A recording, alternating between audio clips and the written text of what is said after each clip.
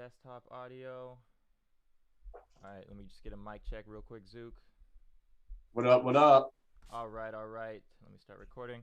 All right, ladies and gentlemen, we are back with Zed Daily, episode 3 with my boy Pony Zook, aka Willie Zonka, aka the CEO of Zed. How you doing? What up, Evergreen? How you doing today? I'm very well, bro. I So, I appreciate doing this. I've been listening to the start of this series, and I think it's something that the midday stuff is definitely a spot for Zed, where I'm happy people like you are starting to create some content because, like we were talking about behind the scenes, I think when people are sitting at their desk and at work, they're looking for stuff like this to listen to throughout the day. So I'm super excited. 100%, bro. I was a pool boy, and so I would just look up all the Zed content and just consume as I'd work, and it was entertaining as hell. Yeah, it's an interesting thing, especially as someone who myself streams after work. You realize it yourself. Like I find myself wanting more Zed content, during the day. Then when I'm kind of off work and can do whatever I want. So I'm really, really happy that more series like these are popping in where you can just have it on in the background and listen to it, like you said, when you're doing your work. And just kind of learn as much as you can about this game we're all trying to learn about. Hell yeah, man. So to start, you were actually let's start here. So how did you get into Zed Run? The simple answer that I'm sure a lot of people are going to give you is Top Shot. Top Shot got me into the NFT space, really hit Top Shot hard. Um, got lucky, got into Top Shot literally the day before. I don't know if you know about the big Jonathan Bales article that he wrote. That was like Jonathan Bales is he's part of Lucky Trader, which owns Know Your Horses, and he was like the first person to buy like a really expensive moment for $50,000, and he wrote an article about why he did that. And that day is kind of when Top Shot took off. If you look back over the history, I happened to get in Top Shot legitimately the night before that article came out. So me and my friends just got into it. It exploded. We ended up having a lot of resources on our hands, but we couldn't sell the moments and flip them for liquid cash at that time because of the way Dapper was doing. So I started trading them for different NFTs, and I started dabbling with a bunch of other spaces. A lot of them aren't even around anymore, but Zed Run was the major one that I realized I was able to trade a lot of these moments for Genesis horses. And if you honestly go through a lot of my stable, some of my biggest and best horses like Dank, Ambassador were legit straight up either deals for moments or deals for credits of ETH that were turned into these horses. So I got in through Top Shot, and then I kind of got into a rut with, okay, I love Top Shot. I have the highlights. I'm just accumulating more highlights. Utility, utility, utility, right? So then I raced some horses. I got some wins, and I just became absolutely obsessed with Zed. Kind of forgot everything else that's going on with the space. And to be frank, since I started with Zed, I'm really not, and you don't see me really in any other of these communities too much because I'm really just entranced and enthralled with everything that you can do with Zed. It's really a one-trick pony for me, and it's a place where once I found it, I haven't really have found the need to look elsewhere up until this point. 100%, bro. And I totally agree. I was in Top Shot as well. It was just that Zed Run, you have all that utility with the horses is that you can race them, you can breed them, Yeah. and it's a secondary market. Like it's on OpenSea. With Top Shot, it was just all within their own marketplace, and I didn't really like that. But once I saw the Zed Run horses were on OpenSea, I was like, oh, this is like you actually own this piece of property. Yeah, I agree with that. Plus, I don't like to. You have to when you compare. I'm not talking shit about Top Shot at all. But the one thing that I noticed is in Top Shot, that was one thing. The marketplace, like you said, but also it was like the conversations were okay. You should get this moment. You should get this moment. You could talk about it a little bit. Like me and my friends talk basketball anyway, so it didn't add too much to that general conversation. But after that, I really didn't develop too many friendships within the community that kept me around because there wasn't like the integral conversations that come in when you're trying to learn the game of Zed. Like to race my first horse and to get my first 2 or 3 horses, I had to talk to 15 to 20 people at that point. So by the time I even started, I already had formed strong relationships before I was even on the track.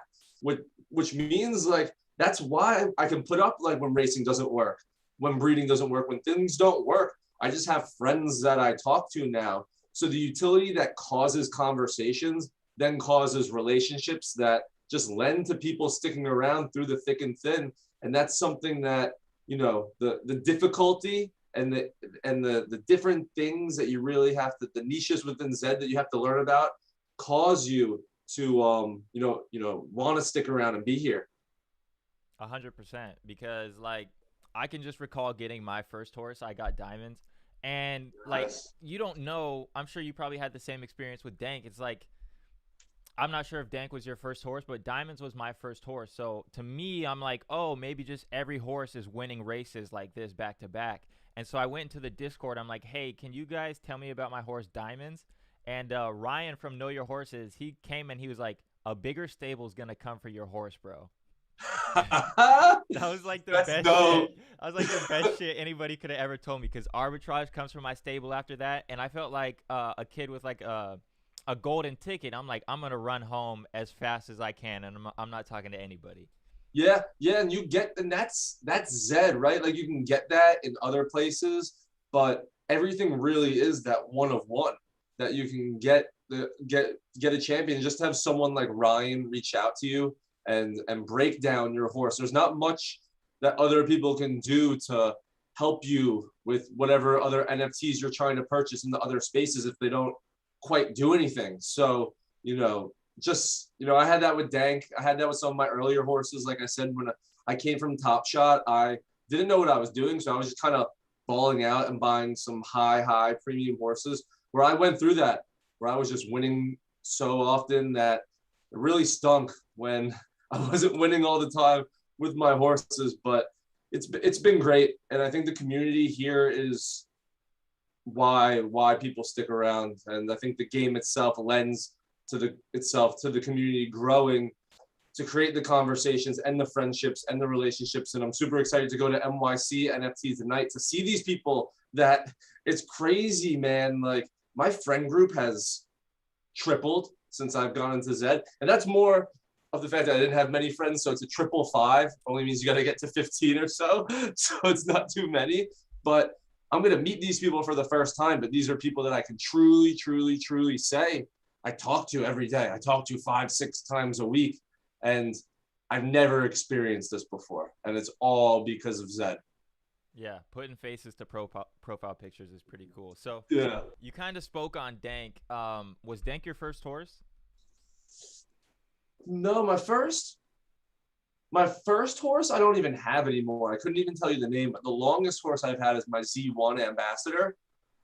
I messed that horse up so bad because when I got it, Z1s were still cheap. I had no idea how to play the game. I was breeding her with everything, running her with everything, places she didn't deserve to be running in, and her stats will never be what they should be, but she's my first horse. She's kind of my baby. Dank was my first UUU horse that I bought, not off a drop.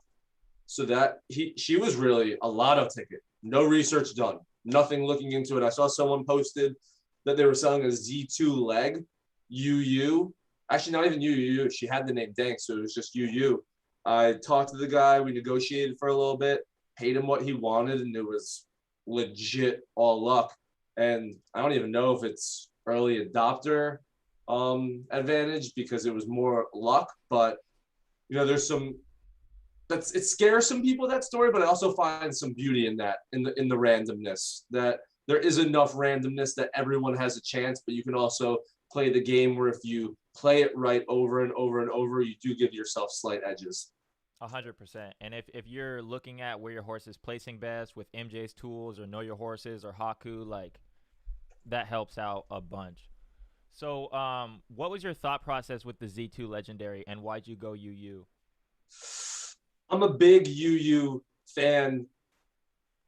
In general, like I don't even know what it is. Like I just don't even care about horses' stats before they're in my stable. There's something about starting a horse from scratch and having all of its stats want to be reflective on your stable. I don't know. I've just always been that type of way. And at that point, I was trying to find a price point that fit for me. And I had been talking to a bunch of people, and a bunch of people were selling me on Z2 UUs that they were undervalued. And if you think about what they are and how you make them, Z2 legs are so close to Genesis in my mind without being Genesis that they're completely undervalued. They have this, because they have leg attached to them, I think there'll always be this stigma where, legs automatically have to be below Genesis. I think as we move forward, some of that will change a bit. If you think about the two inputs and what they go for now and how much it costs, how much the two horses that you're putting together to get a Z2 leg cost at this point, the dividends that people are selling these Z2 UUs for are so cheap.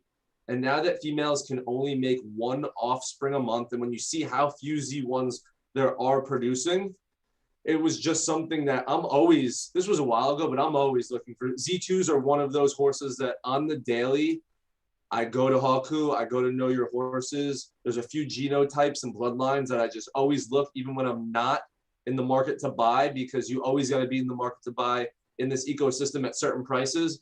And Z2s are one of those. I tell everyone that. And I know some people are saving for their first Genesis horse because they want that Jenny, but I think people should maybe be willing to look a little bit closer at Naka legs, because getting that Naka blood, especially at that Z2 level, is going to be super, super valuable in the near future. Yeah, that's exactly how I came into the game, because I just kind of went and did my research on Zed Run before I bought my first horse. And I mean, Genesis was cool, but if you go and look on Zed, like right there on the front page, it says Nakamoto, purest bloodline, like best of the best. So I'm like, okay, Z1 Genesis, I'm going to look at a Z1 like LeBron James and Serena Williams. That's what everybody always talks about. Like, if these two people made a baby, would that baby be a super athlete? So that's just the way I look at those Z2s. You're taking the two, like, super athlete parents and putting that into a baby. Now, it's not guaranteed to be a good racer, but you have the best shot at that horse being a good racer. I agree with it. I agree with that 100%. Like I had just said, this game is all about like the tiniest of edges. Like playing it the right way doesn't mean you're going to hit every time. Playing it the right way just means you're giving yourself the best opportunity. It's almost like you have to play this games with like a flame type mentality, right? You just want to keep giving yourself the best shot to get into the top three, and then more and more likely you'll be there. Yeah, putting them together is great. And also, it's a theory that I've thought about recently, and it's almost like an oxymoron-ish, but Zed almost ruined some values by coming out with their utility so close to the drops, by allowing racing to happen so close from when the drops of Genesis occurred. Less people started caring about the scarcity and collectibleness of what these NFTs are, and more about how successful they are on the track. And I think that lended itself a little bit less to how valuable Z2 should be. Say they just dropped horses, the Genesis horses, without racing, and people were looking at, offspring just on how scarce they could be based on the creation numbers. Z2s can barely be created because there's barely any Z1s. But the fact that there's now another valuation method, which is racing, it just lended itself to now people aren't looking at, specifically the bloodlines, specifically Genesis, legendary, exclusive. And I think these are things that when collectors come from the other markets, from where these things are looked at, there's not a premium right now, and there's going to be in the future. So I think people should start taking the time now to look into those sort of things that maybe don't have a premium now. Like we're talking about these Z2 legs because the inputs are so scarce, and maybe putting a little premium on it now themselves and forecasting in 6 months, in 12 months, it'll be 2-3 times where it is now. Because, I've talked to some of these people. I'm not like just coming up with these theories in my head. There's institutional money coming. And these are things that when they come from these Bored Ape spaces, CryptoPunk spaces, scarcity matters. How many are in an ecosystem floating around matters. And even though there's no cap on Z2s, it's as close as there can be to a cap without it being finite. Yeah, 100%, because there's like there's a certain number of them that can be bred each month, right?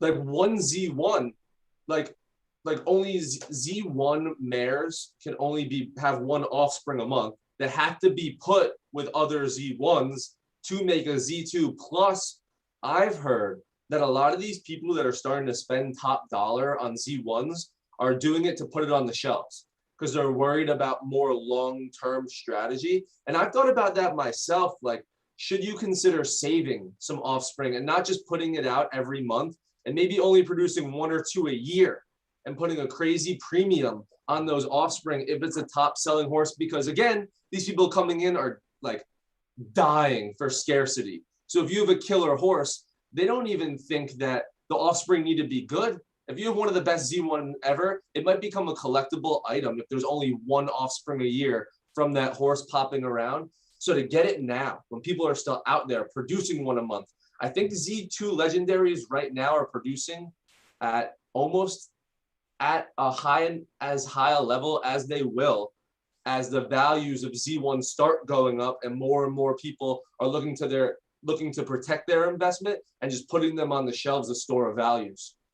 Yeah, I think it's interesting to see what they did with this tonight. How a lot of people are bringing out their Z1s. If you had a Z1, would you collect it or would you race it?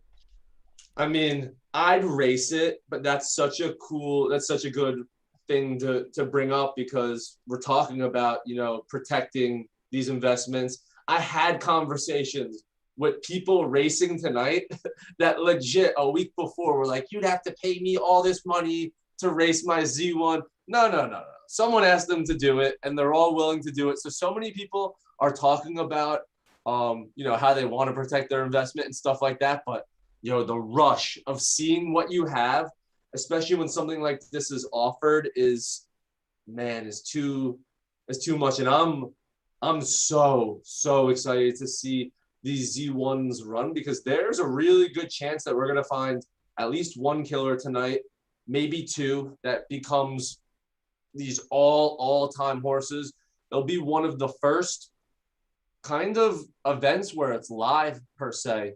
I don't know how many people are going to be there. Based on the last one, I would say at least 100. Based on what I've seen from NFT, NYC, maybe more. I know from the few things that I've heard about it, because to be quite honest, I know as much about it as anyone else. The only people that really know about it are the stables in it. I've heard that they're trying to get like all of them there. So these people are going to be live, able to like root on their horses and talk about it. And I'm really, really, really, really interested to see how that goes because this could be looked at as almost an historic moment on how the metaverse really becomes that crossover where so often we talk about, we're going to all log in from our computers, go into Decentraland, as you see this week, watch the races, and that's great. That's fucking awesome, and I can't wait to do that. But this is the reverse, right? Now we're all getting together in the real world on TVs and just rooting in person, and this is the first time we're really going to get to see that with the Zed official event. And I can't wait to see how people interact, with each other for the first time because a lot of these people are just meeting for the first time. So it'll be fun. Yeah, that's going to be like one of the most stacked races in all of Zed. All Z1s, you're going to figure out whoever wins that race, like that's a good horse right there.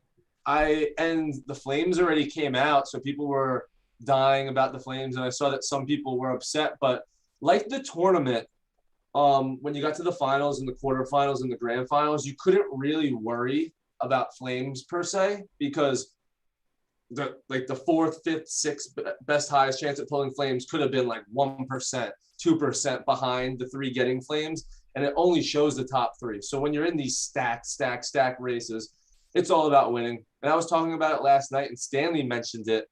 The eyes on this thing. If you get a horse that wins this, and wins one of these races, the value that can be assigned is sheesh. And I just pulled up these races on my screen right now, and I'm looking at you got Lucky Jack, you got Yair, you got Captain Trippy, you got Crimson, you got Two Fools, you got Archibald.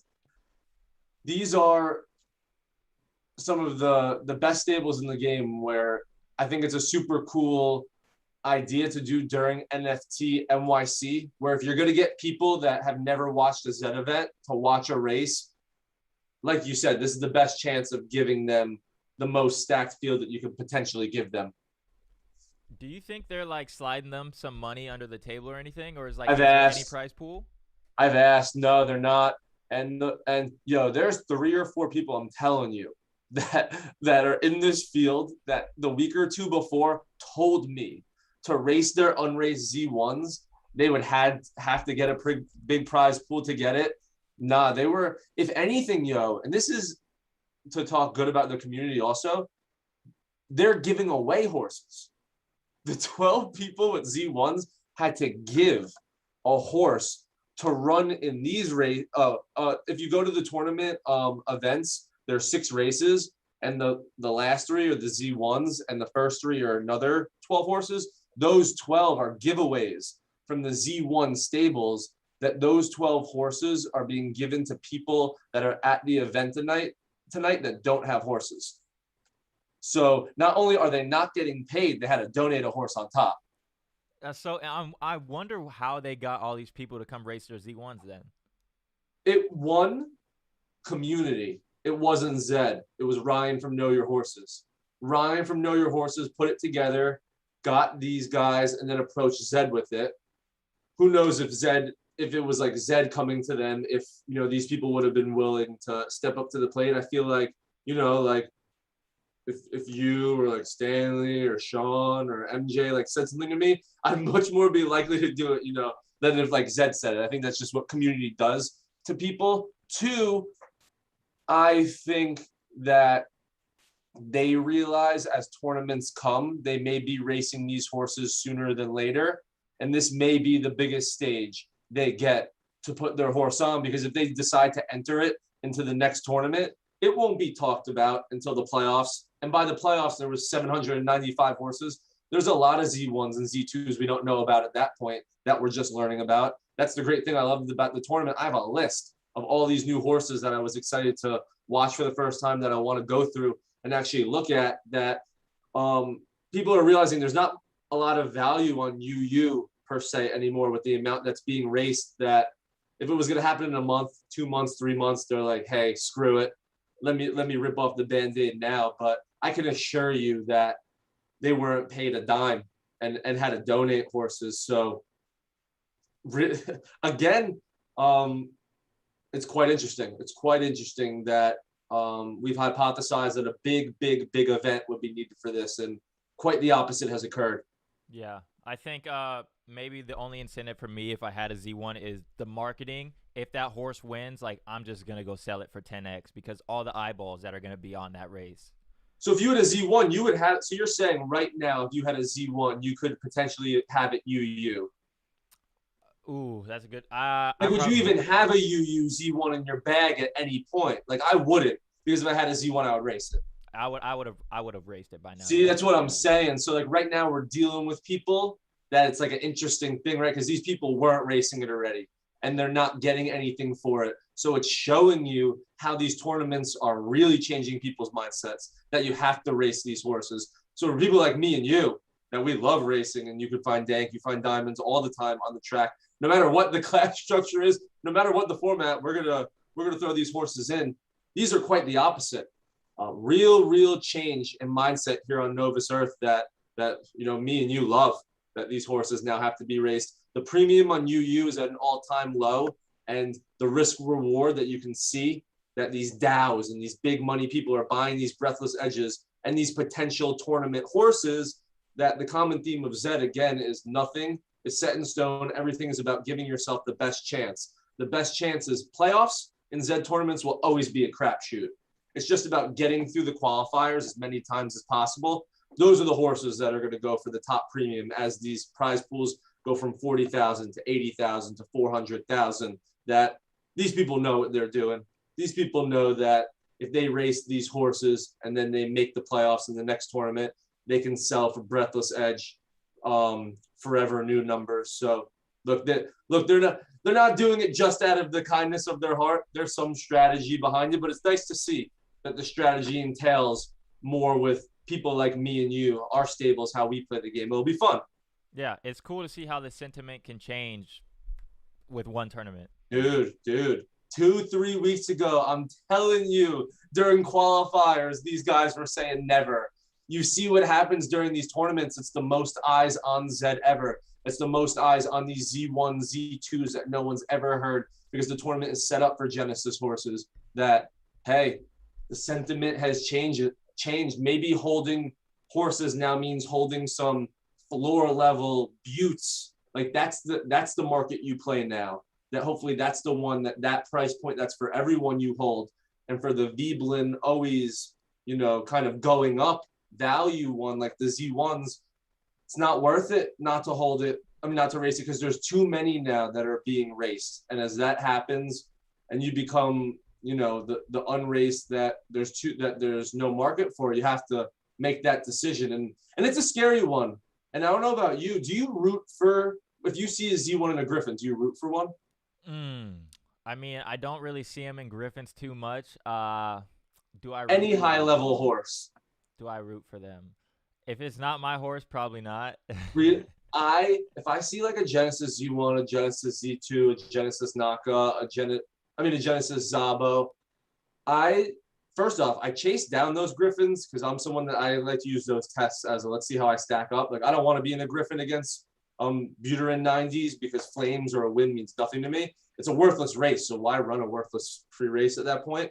But I root for those because I understand the investment that some of these people have and the scariness of, you know, I was streaming with Zombie and his Z2 didn't pull flames and didn't do well in its first two races, and he was bugging out. And this is a Genesis. Ooh. Then he put it into a sprint and it did well, and it's become a very good horse. But if you really, I care about the community and I want people to do well, and it's a lot of times it's not a zero-sum game. So for Genesis ones to be good, I think it just increases the game in general. And for people to run them and do well, it's less scary stories that will keep people from racing their horses. So, you know, I tend to root for them, especially if I'm just racing like, you know, a Z30 Zabo that I just bred. It doesn't hurt me too bad. So I always like to ask people if they root for those horses or not in the Griffin. You get both answers. I get what you're saying. Like you don't want people buying like what's supposed to be a quality horse and it's just getting dusted all the time. Yeah. Like you don't, like if it starts being like, oh, Z1s aren't doing well in Griffins, it's like, oh crap, I'm not gonna race that. And just like the humanity part of it, like someone just spent 50,000, they're putting this in a Griffin and it's not doing well. It's like, yo, I'm a human being. Yeah, I'm a human being in this space that understands how I feel. Like sometimes I buy like a Finney Legendary for 0.15 because I like the parents and it shits the bed. And I'm like, yo, that's 0.15 down the drain. Like if I did that with a Z1, even though it's not money down the drain, but like knowing that you can't ever race it and it's just a breeder, that would kill me inside. Yeah, and especially when you turn that mental flip and you tell yourself like, oh no, instead of 0.15, that's actually like X amount of US dollars. You're like, oh shit, that's a lot of money.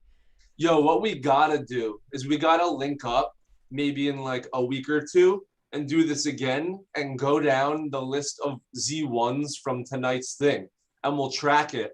We'll track these 12 and we'll see based on how they did tonight and the next few races, like, are they still running? Did people shelve them? And we'll see, like, did anyone, you know, quote unquote, screw themselves over and race a horse that, you know, should have never been raced. And this is something in itself that if that happens, you know, people may not want to ever do the next one. So everything you try is like, everything can go well and everything can go wrong, but that's the excitement with this. And I think it's super important to figure out what things don't work. And I also think that we're lucky enough to have 12 people that wanted to do this for us in this moment, because there's the two pots of people like me and you. We don't have the people that would do this are the people that don't have the Z1s. So to get them to do it is super nice, and I'm excited to meet them. And I hope the races go, you know, as they should.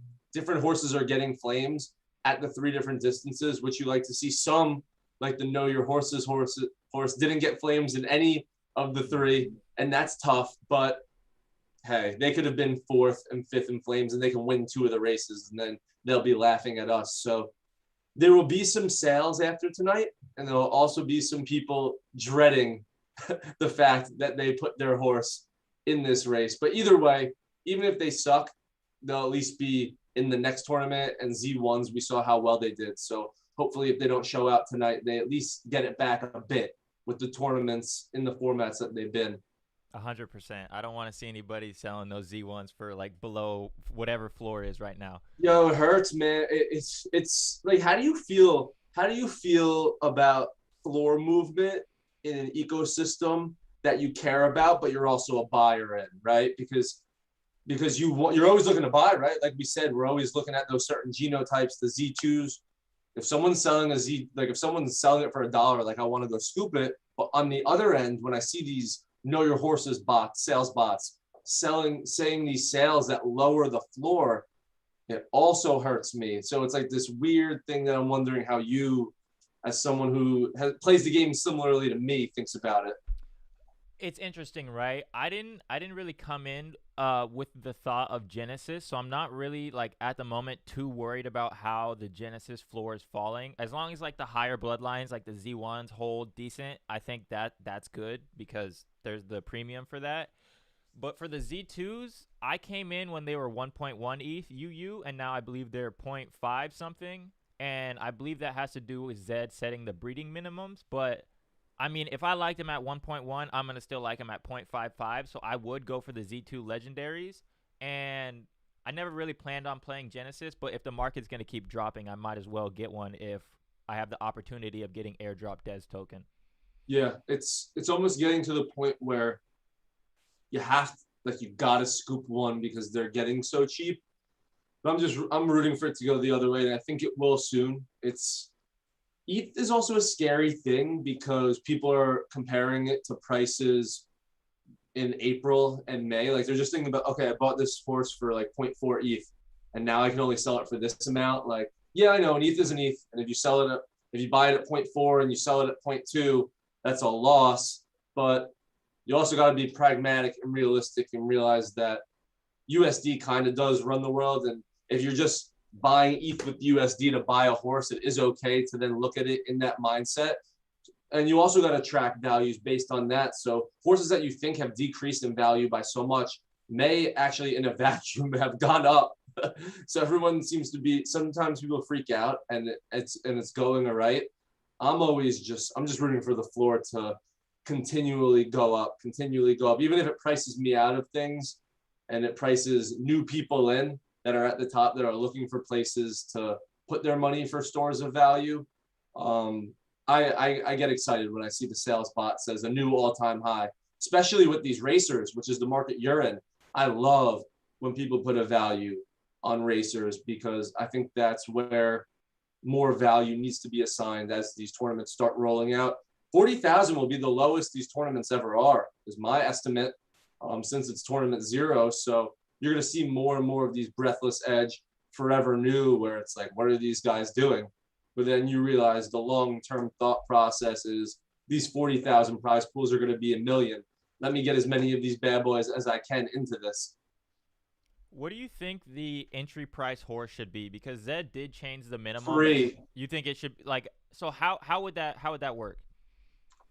I don't know. Let me just turn something off real quick. Would you see, say I'm not as smart about the breeding minimums as I should be, and I know to get free horses it has to be with that. And for me, there should be no minimums.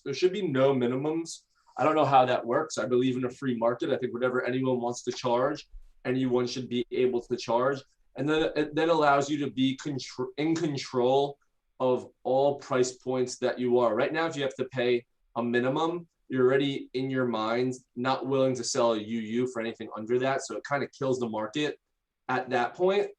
I'm someone who I believe in a lot of things. I believe that the minimum horse should be, almost free to a point. And I also think that people got to get more comfortable with selling horses at losses. I think I'm going to get to a point where, it may not even be worth it. And I may start it soon. Like, I might start just giving away glue horses because like they're just filling up and I'm just waiting for someone to spend like $80 on them. And I don't think anyone's going to. Like, these are but how can I responsibly sell a horse to someone they're not going to make any money off. Like, I'm telling you, they're not going to make any money off it. And I can justify it to myself because, like, I buy video games. So, like, hey, I buy Madden for like $60. So if someone wants to toss me like $50 for a horse, I don't feel bad if I'm like, okay, like, you obviously did your due diligence, race it in free races if you just want to like play the game and stuff like that. But you got it. Some of these people are trying to sell these horses that the reason they're selling it is because it's a horse that loses money.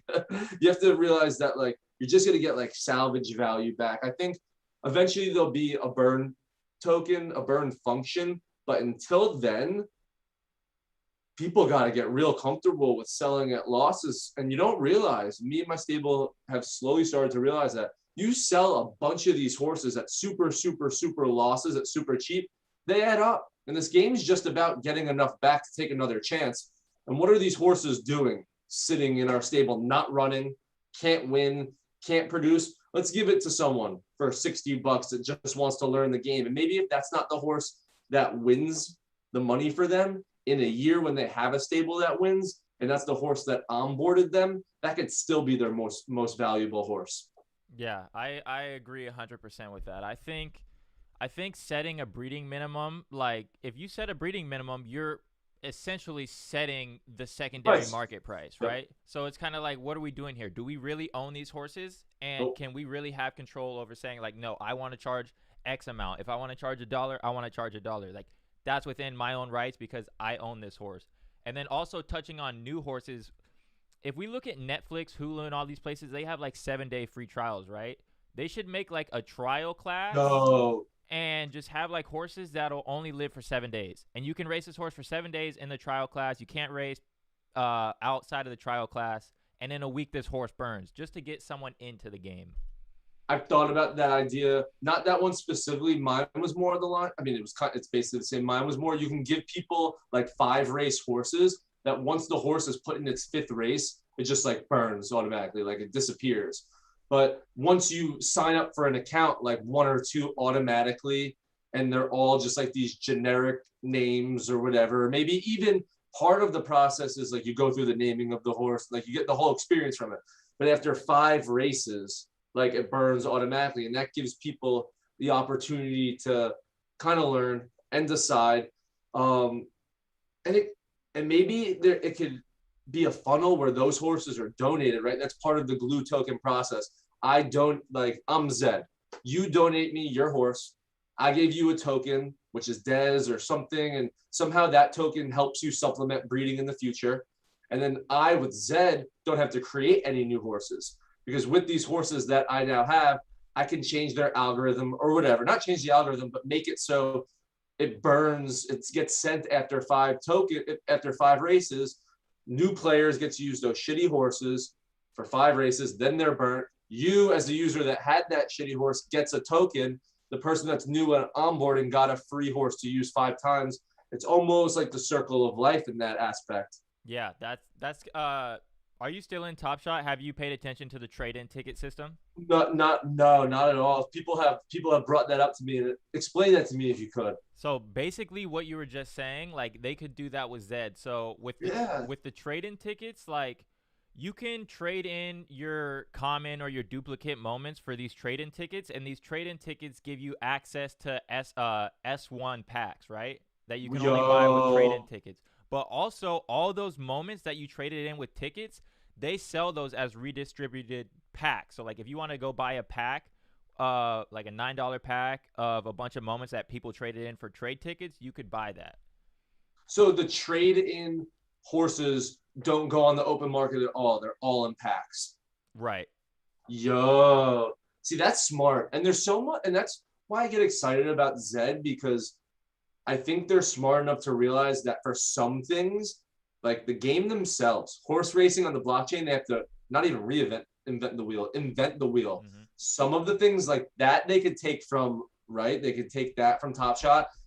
Axie renting out horses, they can take from Axie. There's certain things out there that, again, they would have to change it to work from Zed, but they're already out there and being utilized and having success. And that's really cool and exciting that you say that that's working in Top Shot, because it's such an easy deal, an easy way to get a way to get people to offload horses, get them into new people's stables, eventually burn them.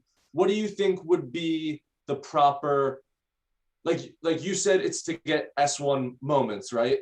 What do you think it would have to be? Would it have to be like a breeding supplement? Like how would you think it would be in Zed?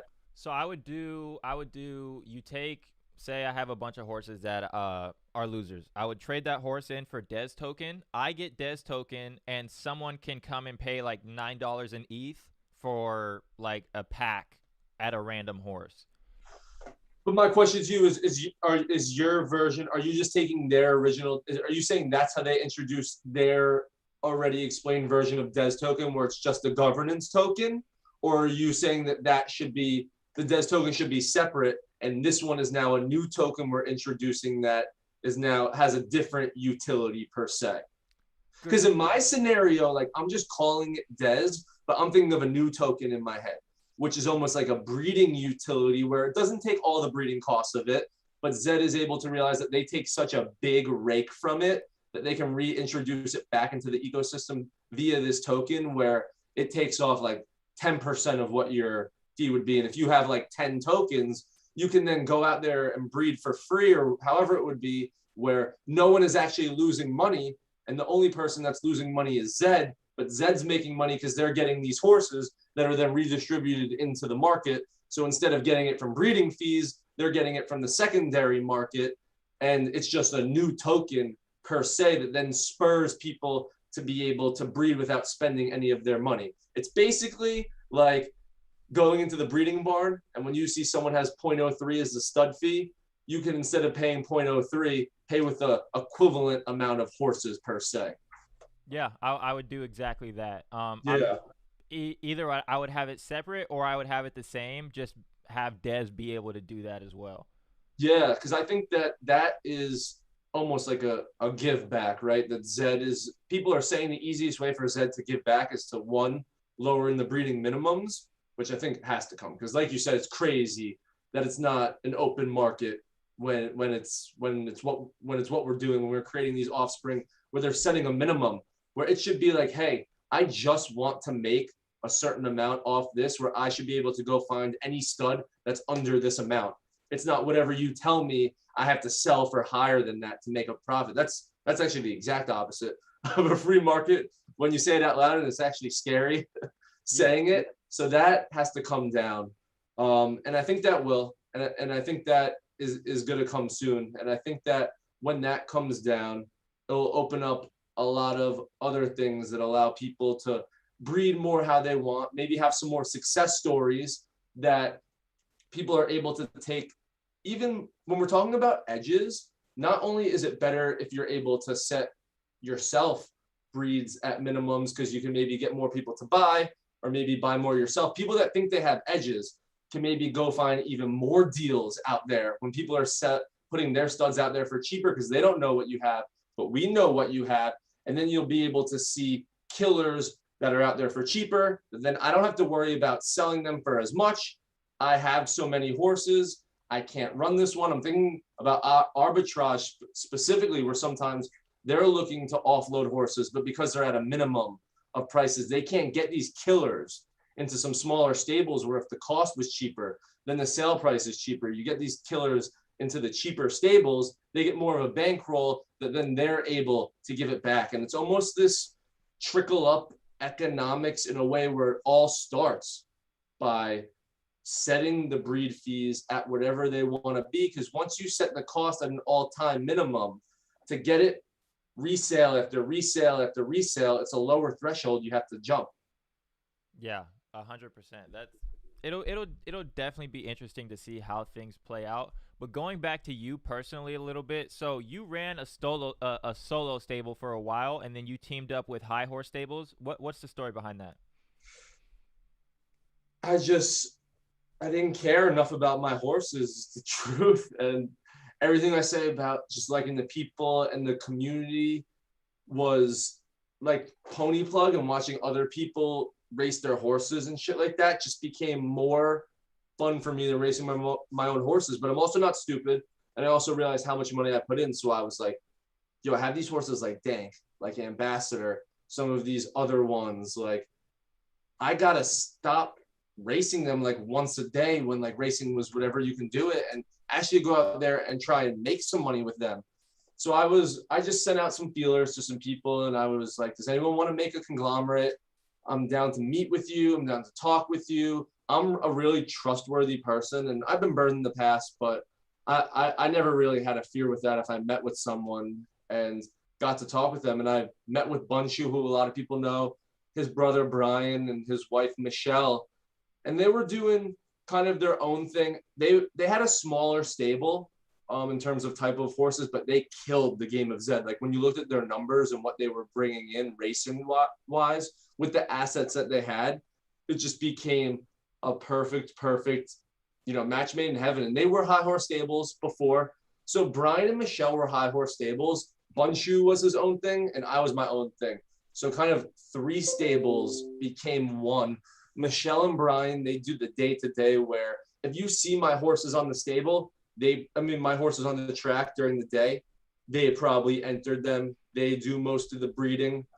They're really the ones that, play the game on a daily basis, that for the horses that we have, you have to be willing to do that, or else it's not worth it. So, that's what they do. And then it allows me a lot to have fun with the community, do things like you're doing right now. And I can ask this question right back to you. Now that you do this, and now that you're doing more and more content, and you've done content before, but now you're doing more streamlined every single day. We're watching you. Have you felt that, did you feel what I felt? Like, are you feeling less and less about your, personal stable and more about what's going on in the community per se? Yes, yes and no, because I think it's I'm not too sure how like a group stable would work out. Do you guys do multi-sig, and did you ever transfer any horses out of your wallet? Like, We have 4 how was that wallets process? now. 4? No one should listen to, like, I'm bad to say because I'm like the most trustworthy person. So like we got 4 wallets, none are multi-sig. Literally like dead ass, I can go into this wallet right now and just transfer an ETH to my personal wallet, and like the other 3, I guess, would have to like do an audit of the blockchain to have to like see that ETH went. Like, everything is trust. And it could be an easy thing where like I could like literally be siphoning like 0.2 ETH probably a month and no one would ever do it. No one would ever notice. There's so much better ways to do it. The way you got to do it now is like a multi-sig wallet. It's super easy with that. You put it all in there. You set it up that no one can move anything unless you get 2 signatures, you get 3 signatures, that one of them have to be you. But in the future, and I say this to you personally, I say this to anyone watching, I say this to people that are going to watch this afterwards, be open to it, to have a stable of the size you may want to be, and to be as successful as you want to be in the game. It may be a scary thing to commingle these assets with someone else, but you'll start realizing the synergies that you can have when you put horses together that just went from different stables to each. Our best breeds come from parents that didn't come from the best stables. It's my horses with Bunshu's. It's Bunshu's with Brian's. It's all mixes. Plus, another really interesting thing is, say I have 30 horses and I can take care of them, and say you have 30 horses and you can take care of them. If we combine, for some reason, the synergy allows us to not just take care of 60 horses. Our minds together can take care of like 100. So when you actually level up and start talking and start strategizing and start having conversations and really allowing people to check you and realize like, hey, you've tried that so many times at this point, let's try something else. It really just overdrives the success you can have in this game. And personally, because everyone in this game is still playing personally, no matter if you have a combined stable or not. I'm lucky to have teamed up with these people because nobody knows this game. Nobody knows how to play this game. And the more and more trial and error you do, the better you'll be. And, allowing yourself to, have other people that are experimenting with your horses. You can experiment with their horses. At any time of the night, I can kind of be like, I want to try this. And you can do that even if you don't have a combined stable with someone. That's what's great about this community. But I mean, just in a realistic scenario, when it's your horses and your money combined on the line, you're more likely to get a different answer from that person versus if I was just to reach out to you and be like, what should I do with this horse? Right, because you have that extra set of eyeballs looking at you and maybe giving you an opinion or just a thought that you didn't think about or a different way to go about things. Because I remember you saying you didn't want to race Dank in all 3 of the distance for the digital derby, and Bunch you and them convinced you about that. So how's that story? I said we're racing Silly Sandwise no matter what in the 1400, which would have been our first one. They were like, no, you got to go with Dank. It's embarrassing how bad I am at the game of Zed. If you look at my horses before I teamed up with them, wrong distances, wrong dollar amount, wrong class, shouldn't have been raced here. Dank was my best $1,400 horse. You get caught up in these stigmas and these different things and the love of these horses that because Silly Sandwise maybe ran some big races and won at distances, you fall in love with it.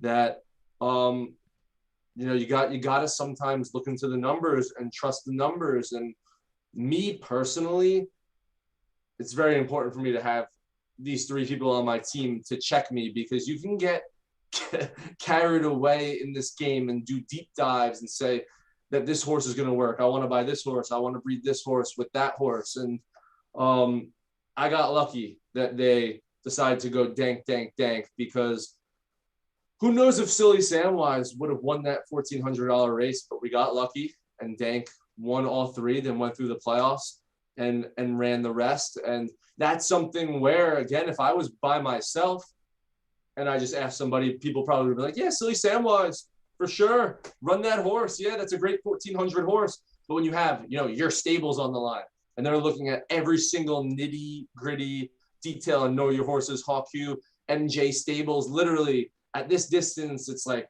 1% better, but you have to run the better one. It's the checks and balances become quite interesting. To be quite honest, sometimes I get frustrated. You have to be willing to toss your ego off. I have a little bit of a tiger-like mentality where sometimes I like to go off and do my own thing. But a lot of what I'm doing on Novus Earth deals with teamwork. And I've realized that, the more and more I've been allowing myself to drop the ego, that I'm a lot of times the worst in the room in whatever I'm doing. And it's allowed me to have, a lot of success. And I say that to many people. Drop the ego. Whatever you think it's probably wrong. Experiment, talk to people. There's a lot of people out there that are trying things that you may not have the bankroll or cash to do. Watch them do it. Track these horses. See if it works for them so you don't even have to test it with your bankroll. There's so many different ways to be successful in this ecosystem and on this platform. And, sometimes you just got to be willing to open your eyes and experiment and try new things and not be stuck in whatever you think is the way it should be. Yeah, I'll probably need to work on that myself because I'm a little stuck in my ways. I get that too, and I'm like that. You buy a horse and you're like, this horse needs to be like this, needs to be like this, needs to be like this, and it's like, nah, it's not a C2 $10 runner. It's a C4, it's not a C2 $10 runner. It's a C4 $2 runner. And sometimes you got to be okay with that. So many offspring. Here's a theory for you. There's more bad owners. There's more bad stable owners than horses on this platform. Do you think people don't do their research and go use MJ's stables as tool, or like know your horses or Haku, or why do you think? Yes. Why do you think that? People don't use it or don't know how to use it and get obsessed with the short term? Win a 1,400 when win like a 1,200 at a variance when they're clearly a distance runner.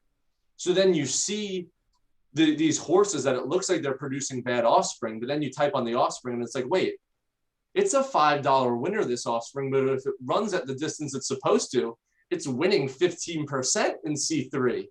there are so many horses out there that are just ran the wrong way, and it's unfortunate, and it gives this thought out there that there's more glue than there is. Look, there's so much glue, but often I find the people that are complaining about the glue horses are the ones that are racing these horses so wrong, and either one, racing these horses so wrong, or let's all be a little bit responsible at the end of the day. And if you have a Z17 Buterin mare that's produced 3 shit, 4 shit, 5 shit offspring in a row, maybe you shouldn't be producing it. Maybe you shouldn't be breeding it every month.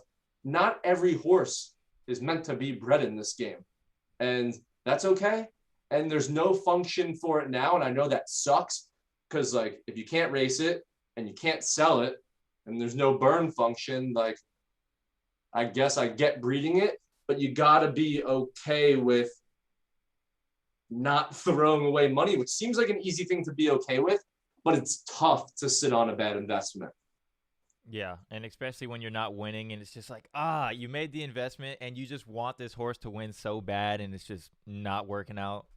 And it's random, right? As much as if everyone's going to keep touting like at some point breeding is random to a point, even if you've done 4, 5, 6 offspring and they're all bad and your only horses are this one horse that can't produce and the offspring, like, look, what are you going to do? Not play Zed, a game that maybe you only had $2,000 and you just put a whole $2,000 in?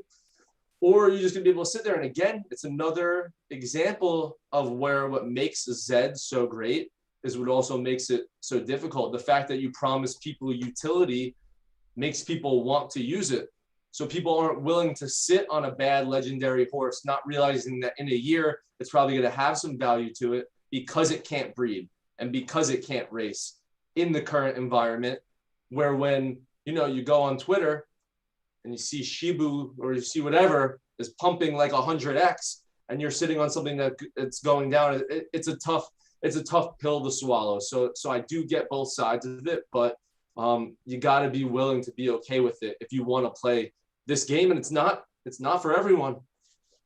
100%. And it was really interesting seeing people that they had unprofitable horses all the way up till the tournament. And then once the sentiment changed in Zed ecosystem and they made it to the quarterfinals and placed, like, they have positive horses now. So maybe you're not going to be profitable in the current ecosystem. And I think that's what they mean when they say all horses are going to have their place. Some are going to be able to just compete every day, like me and you, Dank, Diamond, Silly Samwise, terms of engagement. And some horses may only be able to compete in those tournaments. What do you think about this scenario? What if I told you racing had to be either or? It's one of these two extremes. Racing is how it is right now today for the rest of time, where it's just paid racing. It's the $2, the $5. Maybe they work on the entry fees a little bit, but just play with the fact that it's going to be what it is right now. Or racing forever is exactly what it was like during the tournament. Every single race from now to the future is a free race, but every single race is part of some tournament that if you make the playoffs, you can then get winnings. And as you win in the playoffs, you win money along the way. And it may not be structured in that. It's not going to be that type of tournament only, because, again, you're going to have some horses that have no chance. But at all times, maybe there's 3 or 4 or 5 different tournaments going on where every single race you're in the minimum some tournament that you have a chance. And you're not winning any money right there, but everything is being set to be in the winnings in the playoff portion. What do you think about those two options? That's a rough one, right? Because some people, like me personally, I do like being able to just get money every day. I mean, I'm not profitable every day. I've lost like 0.1 in the past week or so it's rough. But I do like, on the good days when you're making money, you can make money every day. If they cut down qualifying and they don't make it like 2, it's rough, right? Because if you're going to do only tournaments, you're going to cut out the people that like to race for money every day, maybe like as a job or as a side income. And if you're only doing tournaments, you're going to have to make them long enough to where people with large stables can race all of their horses to the qualifying number.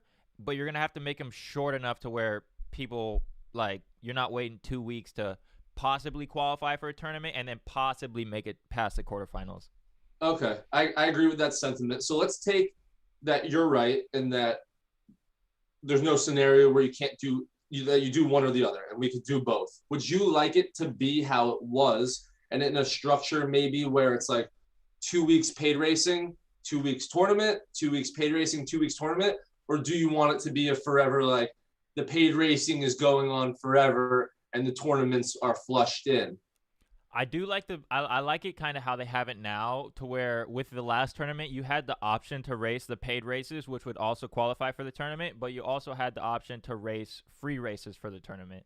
I think as Okay. long as they keep them separate and they don't have like a bunch of free races loaded up in the paid section, it just kind of keeps it more clean.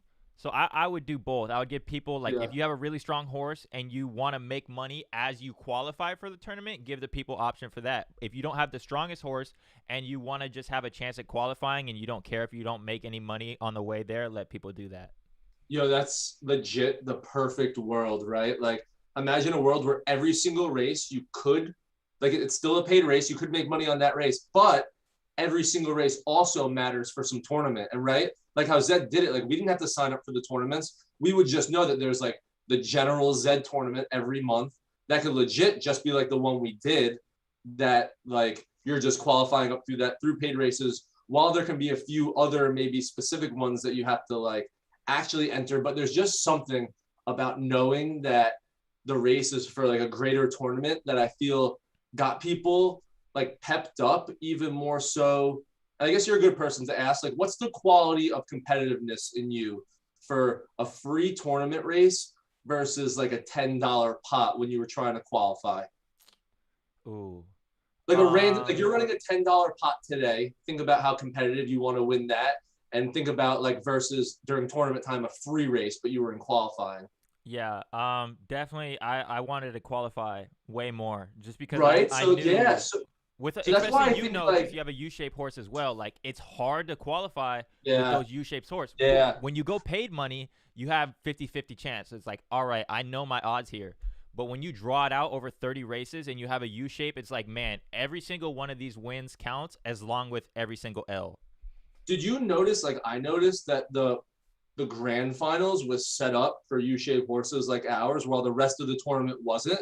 So it's like if Dank or Diamonds ever gets to the finals, because the U-shape's just all about coming in first. Like 64 points for fourth place when first place gets 1,000.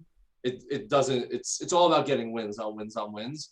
We're gonna have a tough time getting there, but if we can ever get the horse that sneaks through, and then Diamonds goes out and who cares if it finishes in last in 4 races, wins two, you're going to be sitting pretty. So I thought that was interesting. But yeah, I'm happy you answered it like that, because it really shows you that, your one answer was, you do always want to have the paid races. But I think there's more people that would answer like you, that like, if between the $10 paid race and the free qualifying race, there was just something about being in the tournament and running that race that was like, oh crap. And maybe it was because, the paid race, you're just up against the other 11. Where in the qualifying, you're up against the other 11 versus every other race in that funnel that's going on at that moment. So it creates this spark. And the fun thing is we're not going to have to choose either or, which is great. It's going to be the perfect world that you just said, which they just had, where someone like us, we can do the paid races throughout it, because we're probably more like with Diamonds and with Dank, we're probably racing the paid races more for the money up front. And then if we get lucky, 10 races in and we're like, oh shit, we're actually placing in a bunch, maybe we'll start worrying about it. But we're pragmatic enough to know that we have horses that those two probably aren't qualifying off the top. They're, part of the horses that you throw the first 10 races, and if any stick, you continue running in that funnel. But yeah, it created this spark that it's funny, because we could take this full circle now. We kind of started, one of the first things we talked about was the 12 Z1s running, and how they didn't have any, they're not paying them anything, there's no reward. And now we're talking about the feeling that people got from the tournament because they realized how important it is. It's all involved as to why these very horses are running tonight. People saw how important, and that feeling they got from qualifying, how much money you can make if you did qualify and did win throughout your playoff run. That, it's all part of the ecosystem that I don't know, tournaments, I don't think people quite realize how big the tournament that just happened was for what's going to come soon. I know personally, besides the digital derby, I think Zombie's stream for the grand finals was the biggest streamed event, like of people watching at once. And I'm not saying it's crazy numbers, but yo, that was me. That was Zombie and me rolling out of bed and Zombie being like, yo, mate, here's the link. Like, imagine Zed puts together an event of the digital derby stature that gets sponsored. That's how the 40,000 becomes 400,000, like that. And then you start talking about everyone running their horses. So when that happens, which I think will happen quite soon, we're going to look back to tournament 0 and look at how, because how successful it was, led to more sponsors coming. It just totally changes the value of all of these horses. Everyone that had a problem with it is going to realize that a rising tide raises all boats, and the market cap of Novus Earth just goes up because of the tournaments. Yeah. When you were racing for the tournament, like, because me personally, I didn't touch paid races trying to qualify. I only did free. Can you explain what your process was behind trying to qualify? That's a great question, because racing for the tournament has been the most I've raced personally in quite some time. So I got so used to just putting these horses in free races that they were dominating. I had some horses that, were pulling flames. Like, they didn't even qualify, but they were still pulling like 80-90% flames. So every single race I was watching, I'm like, I'm going to have a chance. I'm going to have a chance. Literally, like, you did not touch paid racing at all. Put everything in free. The adjustment has been crazy. I don't know about you, but have you been taking like a shellacking at all with like, I've been taking a shellacking by all these horses that have classed up and were doing well in the frees, and now in paid are just literally bleeding ETH. And the saddest part of it all is it matches up with the maiden, right? So we ran these horses in the maiden, but we were also trying to get them into the tournament. So during the maiden, we were running free races, and we had some killers, some horses that we thought were killers. Now that these tournaments are done, donkeys, glue, and a lot of people you see are running into that, where they've either classed up or just because they have free race killers and horses that can't race in paid races. The sentiment of all these people having these great horses over the last 2 weeks has slowly come to, you're starting to see the benches fill up again, which leads to people being excited about the tournament coming back, because it's the perfect world. It's the perfect world, man. I keep saying it. It works for me and you, where we can do our our paid races. It works for the people that can't make a dime, just to give them a shot each month and maybe get lucky and get into one playoff. And that's where you have a space where every horse can be raced, where you allow it to be in free races that matter, that they're not getting paid up front, because I'm still adamant about that a little bit, while also having paid races where you can get paid right at the moment. Because I'm someone who, I don't think paid races should be paid with the rake of others, but I do think there needs to be some value assigned to it. So allowing them to be in the tournaments is how you assign that value to it.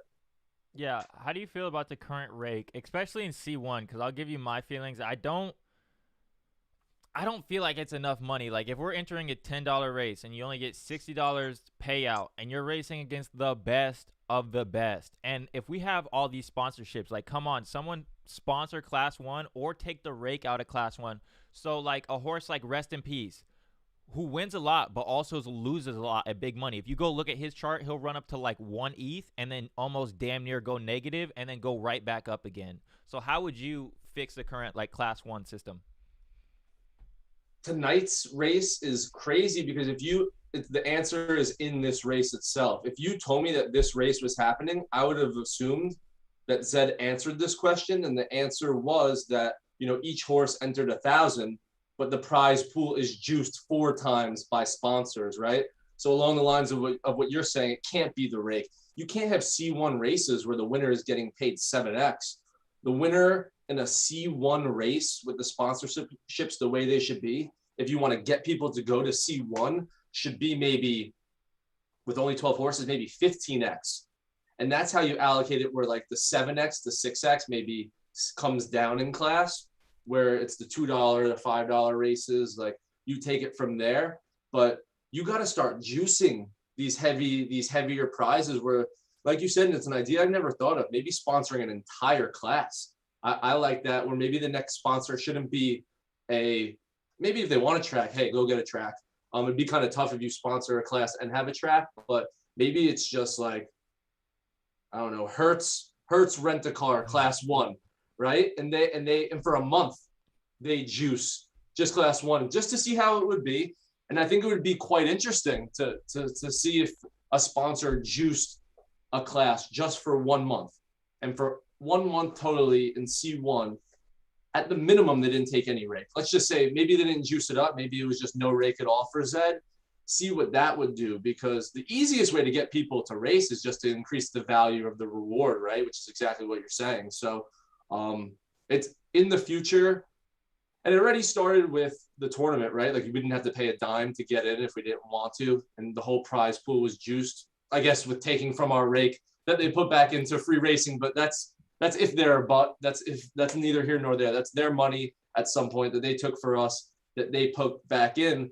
Eventually, the money will come from an outside source that will go into it, and then that will get more and more and more people to enter. It's a simple economics answer, as people want to put in the least amount of money and get paid out the most amount of money.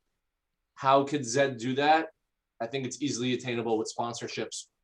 Yeah, and then Chicago Stables said in chat, he said, could you race up to it? Like, personally, if I was going to do it, I would allow lower class. It's hard, right? I mean, what do you mean by that? Like, if you're in class 4. Could you? Yeah, if you're in class 4, like, would you be able to race for the juice pots in class 1? If I was Zed, I would say yes, because you're still giving, like, those people a chance, even though they should know they're going to be racing against the best of the best in that race. I think where he's maybe asking it for is, do you have to juice those? Because then that forces, like, the reason why I may disagree with you is then you still have people like you still have those classes, like those horses in class 4, class 5, destroying those horses. And then infrequently when Zed throws these juiced ones out, they just go, okay, I'll take a race off from dominating class 4. I'm going to go up there. I think you almost have to do it where you have to be in the class at the moment where it's juiced. And to be fair, it doesn't even have to be like a spontaneous thing. It could be like, okay, starting next week, to give these horses time to get up there. But I think you may have to say, be in the class that it's being juiced for, just for that reason. Where I always get into class specific things that aren't class 1 is, how do you deal with the movement of classes? I've always thought, like, how do you have a class 3 tournament that lasts a week if someone's racing enough to move up or down classes, right? It all has to be with starting in that class, right? And I think it'd be interesting for this juiced format scenario. Golden Glow touched on that my first episode with him. He said, if you're going to have a tournament race, have the race only affect your qualification and the tournament and not your class points. So if you're winning, it's not going to class you up, and if you're losing, it won't class you down. It's just only going to move you in the rankings of the tournament. Okay, so let me ask you. So during tournament, so are we saying, but aren't all races during tournament time technically for tournament?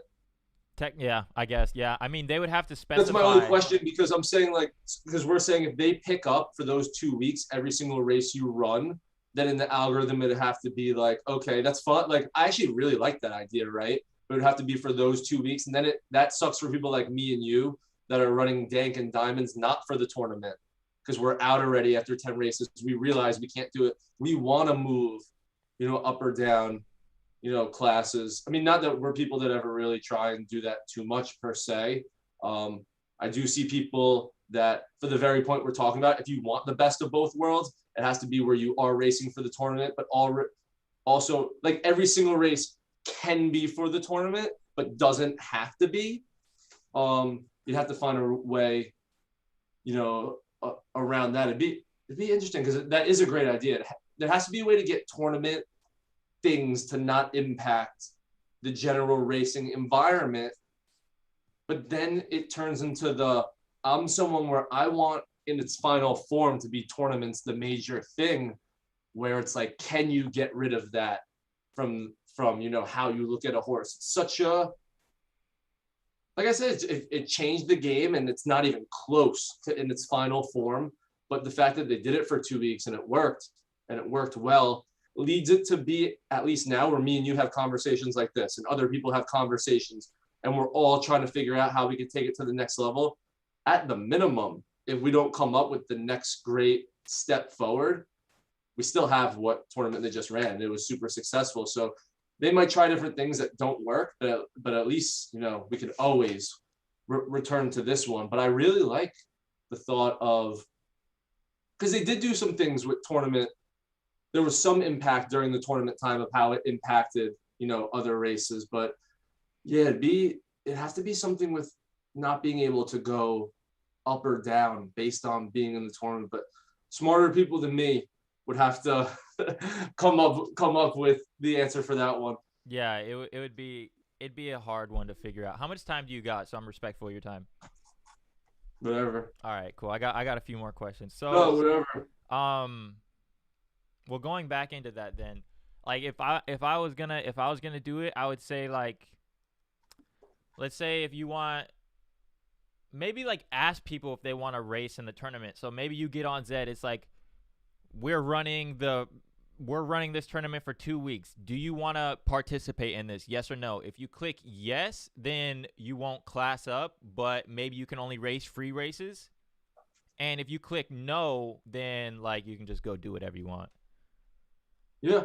I mean, that is the way. Yeah. That's just all about, like, we don't, like, I don't know how, like, that would just be them having to do something with the blockchain, like asking a question that it was signed up, that I guess then you'd have to do it for like every horse. It would almost have to be in like the race, right? When you submit for the race, it would say like, is this one for the tournament? Is this one not for the tournament?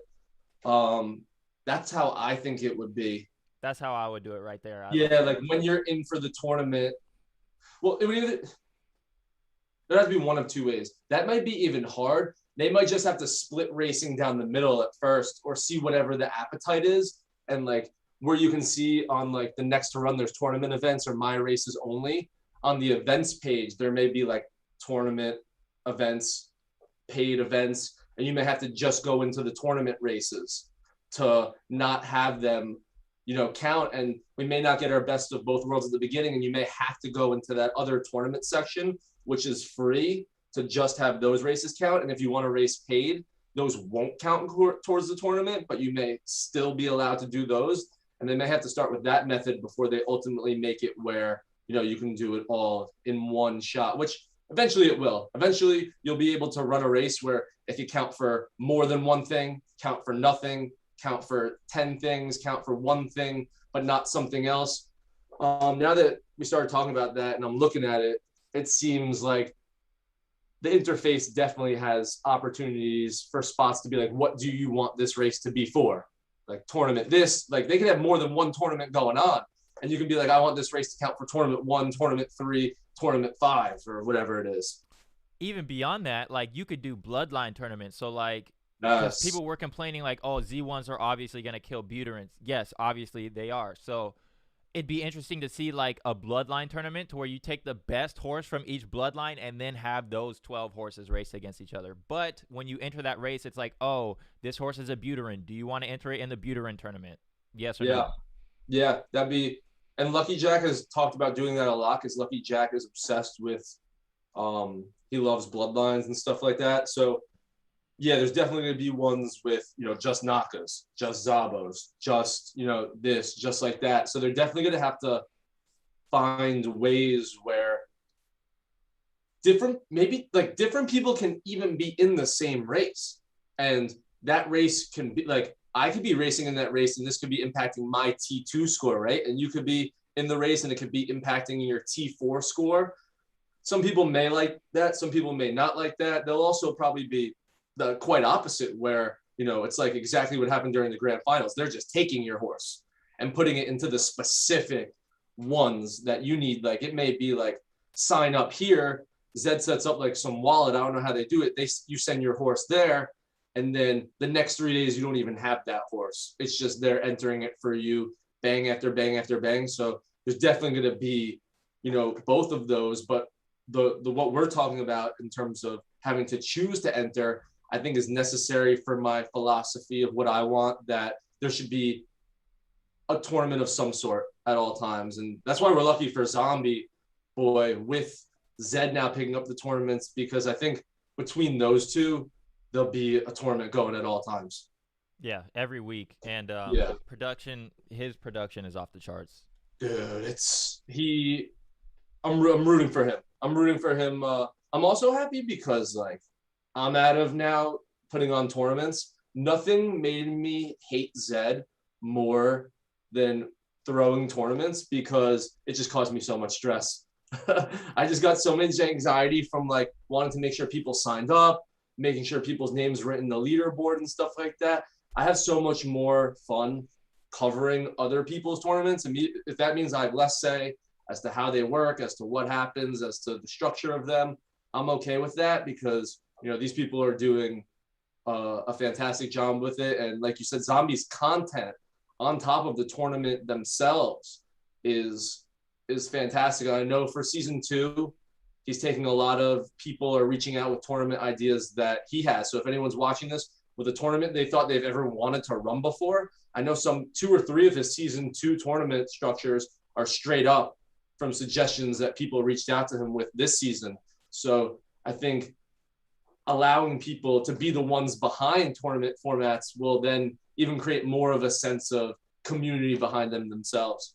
Right. You're giving people the option to even just make a tournament, which is cool. He said that in the future.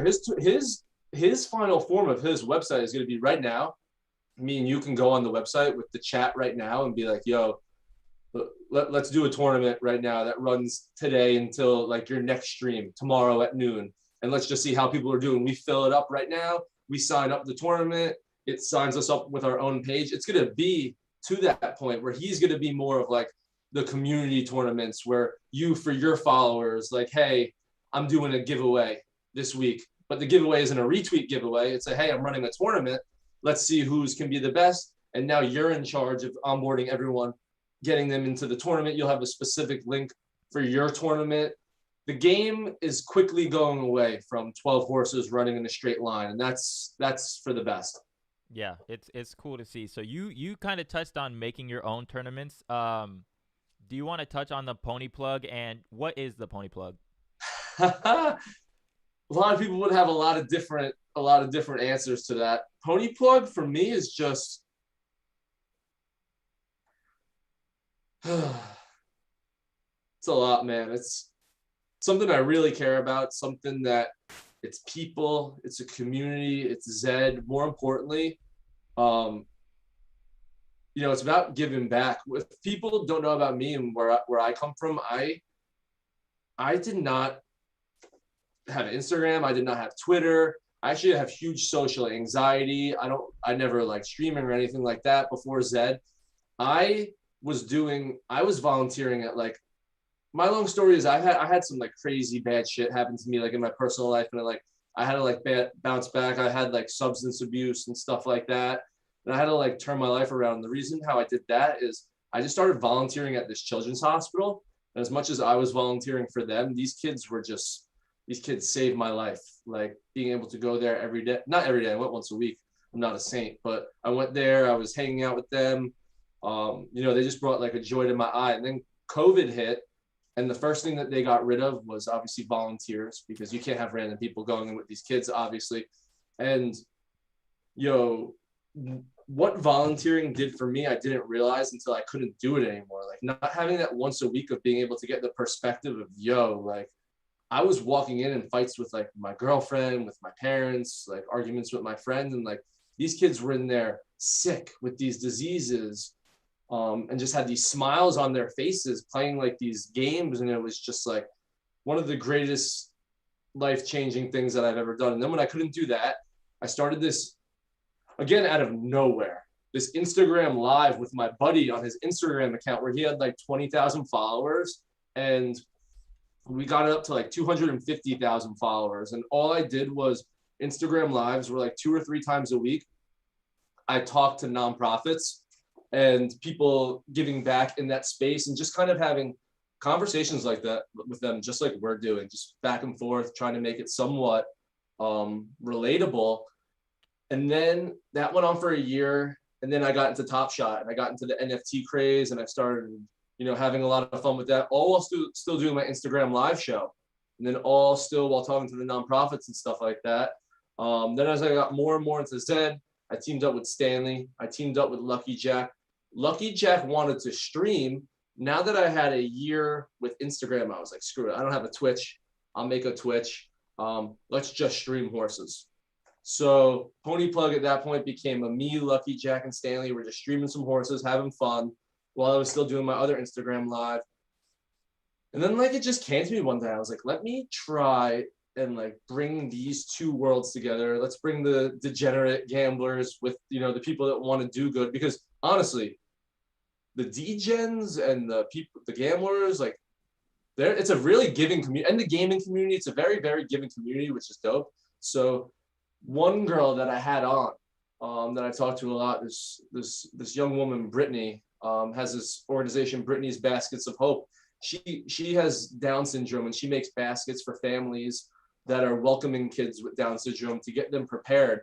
And I had her on the show, and we had 50 viewers, and we raised $8,000 for her, which when I saw those numbers and the 50 viewers versus $8,000, I was like, holy shit, we got to keep doing this. So I started going off from my Instagram live and bringing these people one by one onto the Zed stream, racing horses, talking to these people for a cause. We hit Brittany's, we hit this young girl, Kinsley, which was great.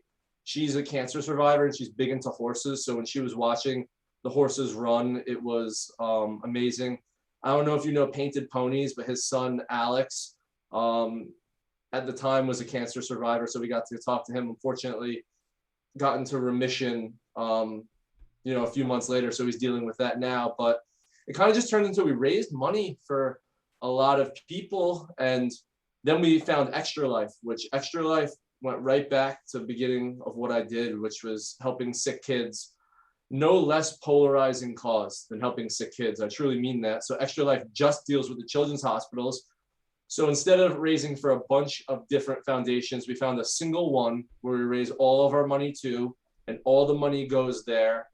And legit, everything we do is a passive income stream for charity. The tournaments we're talking about, how we've done them so far is about an 85-15 prize money to charity rake. So 85% of the entry fee gets put back into whoever enters the tournament. And the tournaments are usually, they were 3 days. It was first day, there was a cut of half. Second day, there was a cut of half. And the third day, the top 10% would get paid out of that 85%. And then the other 15 would go to charity. And it was just a simple way to give back. And I really loved everyone that was willing to enter the tournaments, because it was almost the opposite of juicing prize pools. It was devaluing them, where people knew only 85% of the prize field was getting paid back to them. So they knew that it was really for charity. It was to really have a great time. It's not like our tournaments were competitive, but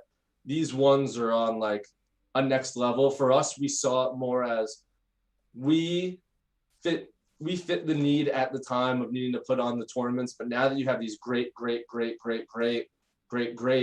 establishments like Zombie, like Zed themselves, putting them on, we've just became more, of a fun stream. Everyone, I suggest that everyone, if you want to try it. It's so much fun. I can see that you have so much fun doing it. We just watched the horses on Tuesday. We have stable duels, which it's probably my favorite thing to do personally. We got to get you on that. We got to get you on that. I'll put you on the next 4. GVG's up, and then we're on to the next 4. I'll get you on that with Archibald. You guys will be 2 of the next 4. I absolutely love that. I'm always thinking of I knew when we did tournaments, they were not going to be forever. They were always someone was eventually going to take that. I think stable duels is a forever thing, for something that I could see myself really only doing.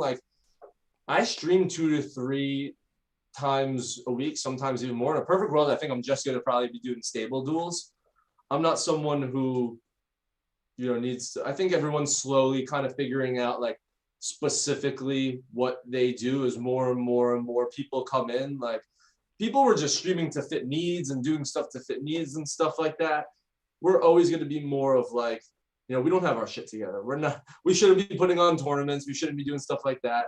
We're just, entertaining, watching horses, watch them run. Stanley and Doughboy, Tish, Lucky Jack.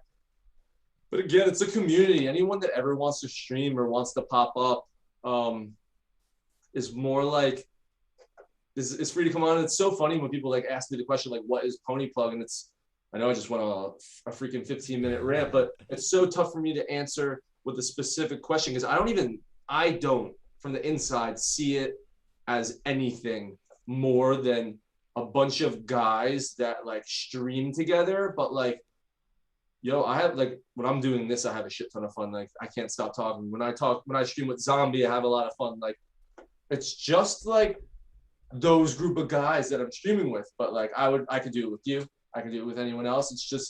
It's so much fun. And this whole space is like so much freaking fun that I always push people that reach out to me and be like, oh, should I get a mic? I'm thinking about streaming, blah, blah, blah. Like, go do it. It's a lot of fun. And you'll see quite soon that it increases what you get back from this platform so much more if you're willing to put a little bit more out there.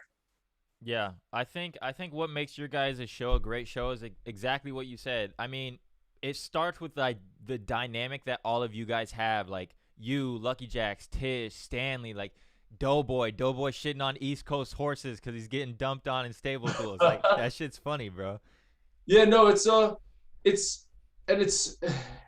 we're all so, if you know who, like we're all so different and we've never met each other, and it's just a ton of fun. But I'm too, like we're always like, it's always like a moving thing. Like I think going forward, and I'm still going to talk about it with them,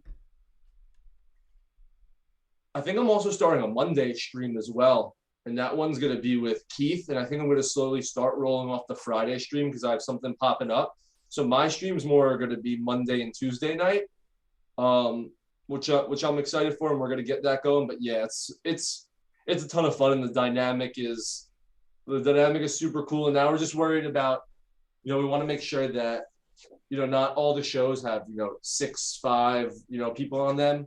1 or 2 or 3 tends to create better conversations. So we're more in the works of doing that, with also being very, very respectful of the fact that I think slowly people are starting to like work out their niche. Like I know at noon, like from now on, like as long as you keep up with this, like I see Zed Daily now, it's like the noon thing.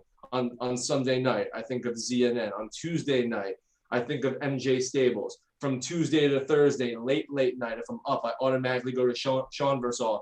Like there's certain dates that like I think people should start realizing that those are people that have put enough time into this ecosystem that they should get those specific times. But also, like if you have more to give, there's 24 hours in a day, and people want to take content at all times, whether it's 9 a.m., whether it's 9 p.m. If you have something good to say and it's something that can help people learn the game, people will listen. And I'm sure, like, I know the feeling. Like, I'm sure when you started it, you were like, damn, I don't know how many people were watching. And then I was watching yesterday, and you had a bunch of people in here, and I'm sure you were like, damn, like I didn't realize people were actually going to listen to me. And then it just starts going and going, and more people like what you have to offer. And there's so many people that have something to say in this community, and you should say it because we're all trying to learn it. And if my stable is good, it's better for you. If your stable is good, it's better for me. If everyone watching stables gets better, it's better for us, because right now, all of our stables is tied closest to how Zed does versus more our individual horses in our stable. Like if Zed takes off, it's less about how our individual horses are doing, and just like the floor on like a horse may be so high just because Zed takes off, then we should all be really rooting for each other. And it's the exact opposite of a zero-sum game. And that's the philosophy where I'm always trying to everyone love everyone. And it's tough because I also love to talk shit. And we're also racing horses. So you got to be competitive, even with Extra Life and raising money for sick kids. There's the charity leaderboard. But also remember that it's not exactly the zero sum game. And unless you're in a race with someone else, you'd have a very, very tough time giving me a valid reason as to why you're rooting against someone. There are, and look, again, there's obviously outliers, and I don't want to put words in anyone else's mouth, but realistically, if you're not in the race and someone else's horses are going off, we should all be rooting for each other to win. Right. Yeah. 100%. 100%. I think the community is just gonna grow a lot over time, and I think what you said was great. Is like, don't try and step on anybody else's toes. Like, No. recognize where people are streaming at. If a bunch of people are on Twitch, if Sean's on at this time, like, all right, just pick a different lane, because you never know. Like, instead of trying to step on someone's toes, you could build your own lane, and that's what I'm kind of trying to do over here. But I think if a lot of people did that and everybody had their own time slot, it would just help the whole ecosystem. And it's just the way to go. Like I'm like, and maybe to a fault, I'm very, very anti stepping on other people's toes that have put in the work. So like I'll even, like, I could say this out loud because it's not even like a bad thing. It's just a story. Like when Tish and Lucky Jack were starting their Wednesday night stream to do the Wheel of Deals, I was like, you can ask Tish, I was like adamant, like, I swear, like, you guys don't, not for a minute over like the Know Your Horses stream. Like, they got Wednesday night. Zed Retro does it before Know Your Horses. Then Know Your Horses starts normally at 8. Like, you guys got to make sure, like, I'm fine with Wednesday. And like, I can't tell you when to stream, but like anything that I want to be associated with, like, I'm not about stepping on other people's toes. I'm about the opposite. Like, yo, I'm more likely to move around to help people, or I'm all about, and I'm the worst at it, but like raiding people. I put Post-it notes on my computer now. It's like, go after me so I can raid you, or go before me so you can raid me. Like, let's not steal people from each other. Like, let's be frank. If Sean has a bunch of viewers, if MJ has a bunch of viewers, if I have a bunch of viewers, if you have a bunch of viewers, if anyone has a bunch of viewers, we're talking about 100 max to 150. We saw Zombie had 180 on the grand finale. Why split those people up, right? But we shouldn't be splitting those people up. It's about making sure that when people come in, they know at noon you get Zed Daily. On Thursday nights, if you want your horse looked at and broken down, Thursday nights, MJ Stables. If you want anything about what's going on with Know Your Horses or the updates, you know to go there on Wednesday. You know, if you have a Griffey, you save it for Friday with Lucky Jack. For the State of the Union on Zed, you know, Sunday night is going to be ZNN. They kind of break down the last week, talk about the next week. So you slowly start to see niches being formed and people starting to realize exactly where they fit. And that's going to be even better for onboarding of people, because I'm not even talking about it for clout purposes. Like, don't stream over somebody else to take away from their clout. Like, don't stream over someone else because you're splitting up people that are trying to find good quality content and now they can't find it. Like, there's not that many people streaming a day. We shouldn't have to decide like, hey, this one or this one. It should be like, okay, on Wednesday, all the Zed content, I'm new, I can now, get all of it. And I know some people have worked on a calendar. I think talking with Zed, that's super, super, super serious to get a calendar going that people know. I know for now they can't put their stamp of approval on, any individual stream other than, retweeting what's going on, because of the fact where anything they're associated with, it's technically now they have to watch what people say and stuff like that. But yeah, I'm all about raising all boats. And that was a self-discovery story as well. When you start streaming, it is a narcissistic hobby to have, right? Not ever doing it before. I kind of hopped on stream and people started watching me. And then I was like, yo, I want to stream more. I want to get more viewers than other people get, right? And I was looking, like, I remember in April and May, I was looking at the other streams and being like, yo, they have this many. Like, nah, we don't have that many. We got to get more. Like, let's figure out things to do. And now it's like, yo, like, when these guys do something dope, like, I want to show it off, because if someone gets, like, maybe the onboarding for someone is Zed Bets. Maybe the onboarding for someone is MJ Stables breaking them down the horse. Maybe the onboarding for someone is stable duels. But we just got to get them onboarded, because once they're onboarded, I don't care how they get here. Then it's everyone's opportunity that's making content to get it. But it's so much easier if none of us individually put the onus on ourselves to onboard every single person that's looking for content. Like, yo, I should be using you you're going every day at noon. Like, I should be like, okay, look, people that want to learn about Zed, yo, go check out Zed Daily at noon. Now all I literally have to do is stable duels, right? Like, I can let everyone else that's already streaming at that time take the mantle, and it's about trusting each other. And that's why when you reached out to me about doing this, like, I jumped on it. I love, having these conversations with people to kind of realize what they're all about, because for whatever reason, I've been bestowed, even though I'm terrible at answering DMs, people are always asking me questions. My only answer to people, I never answer people with details or with, an answer with, to the actual question. My answer is always go to this person, go to that person. My answer is always to follow up with someone else, because that's what this community is all about. You start realizing who knows exactly what, and it's really, really important to get the people that need that information to the right people, because you a lot of times have one chance with these people to onboard, especially as difficult as it is with the money that we're talking about. And again, rising tides raise all boats, and we need to get into the habit of, no matter what, like, talking each other up, helping each other out, working on each other stable with each other, squashing beefs, not having an ego. If someone has a difference of opinion, so what? Like, man, like, even just off the top, like, I think me and Dan Shan hated each other. and now me and Dan Shan are like, okay, because like we were both like, let's just drop the ego. And I'll be honest with you, could be variance, could just be this month on Novus Earth, this month that I've been friends with Dan Shan, and I've been talking to him a lot with my stable, getting suggestions from him, my breeding has gone up. I'm not saying he knows anything. I'm just saying, for my specific example, I dropped ego that I had. As much as I thought he was an asshole, I was being a scumbag as well. Will we ever be best friends? I don't know.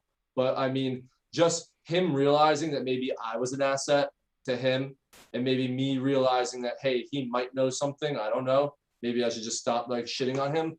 There's a lot we can all learn from each other, and, just reach out a helping hand to those who, seem that they may not know exactly what they're doing. And the one thing to realize is, don't force your way of play on other people. There are so many different ways to play the game that successfully work, that it's okay if someone isn't playing it the way that you think they should be playing it. It's their stable. Let them do what they want, but also give them pointers along the way, and keep your eyes open.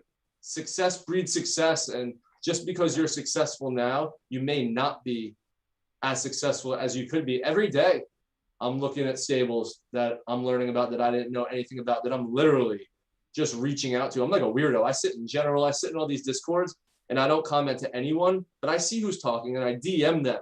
And I specifically ask them questions, because the more and more and more people that come into the ecosystem, the one thing about that is the more and more and more and more muck there will be, but also the more and more and more good information there will be. You just have to be willing to go out there, and you also have to be willing to promote it. I think that that's such a simple thing that people forget about, is be as loud for good people as you talk shit about bad people. It's like, why is social media popping when we're like retweeting like a beef or a hate? It should be like, oh, someone has something good, like, let's share this, let's spread this. So I'm all about, like, because I'm someone that I know, I bitch, I complain, I moan. I better make sure that I'm working on the other end, that like if someone's doing good stuff in the Zed community, or someone's passing on knowledge that needs to be passed, retweet it, like it, comment on it. Again, getting good information into other people's hands makes your stable more valuable. Yeah, and it's hard to understand context over Twitter, right? Like, you're not hearing a person's voice, so it's hard to understand someone's intent with what they're trying to say. Hop on a call, man. Like before you say something personal to someone, which I've probably gotten to more general Discord beefs than probably anyone. So, I can say it because I'm no holier than thou.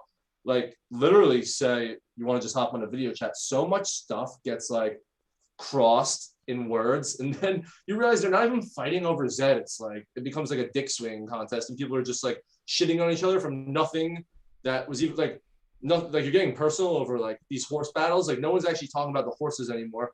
It's just that people are like anonymous. One, I think people will have better conversations live. Two, I think a lot of people you'll realize they're phony. They wouldn't agree to talk to you face to face. And then if that happens, you can't even let those people get under your skin.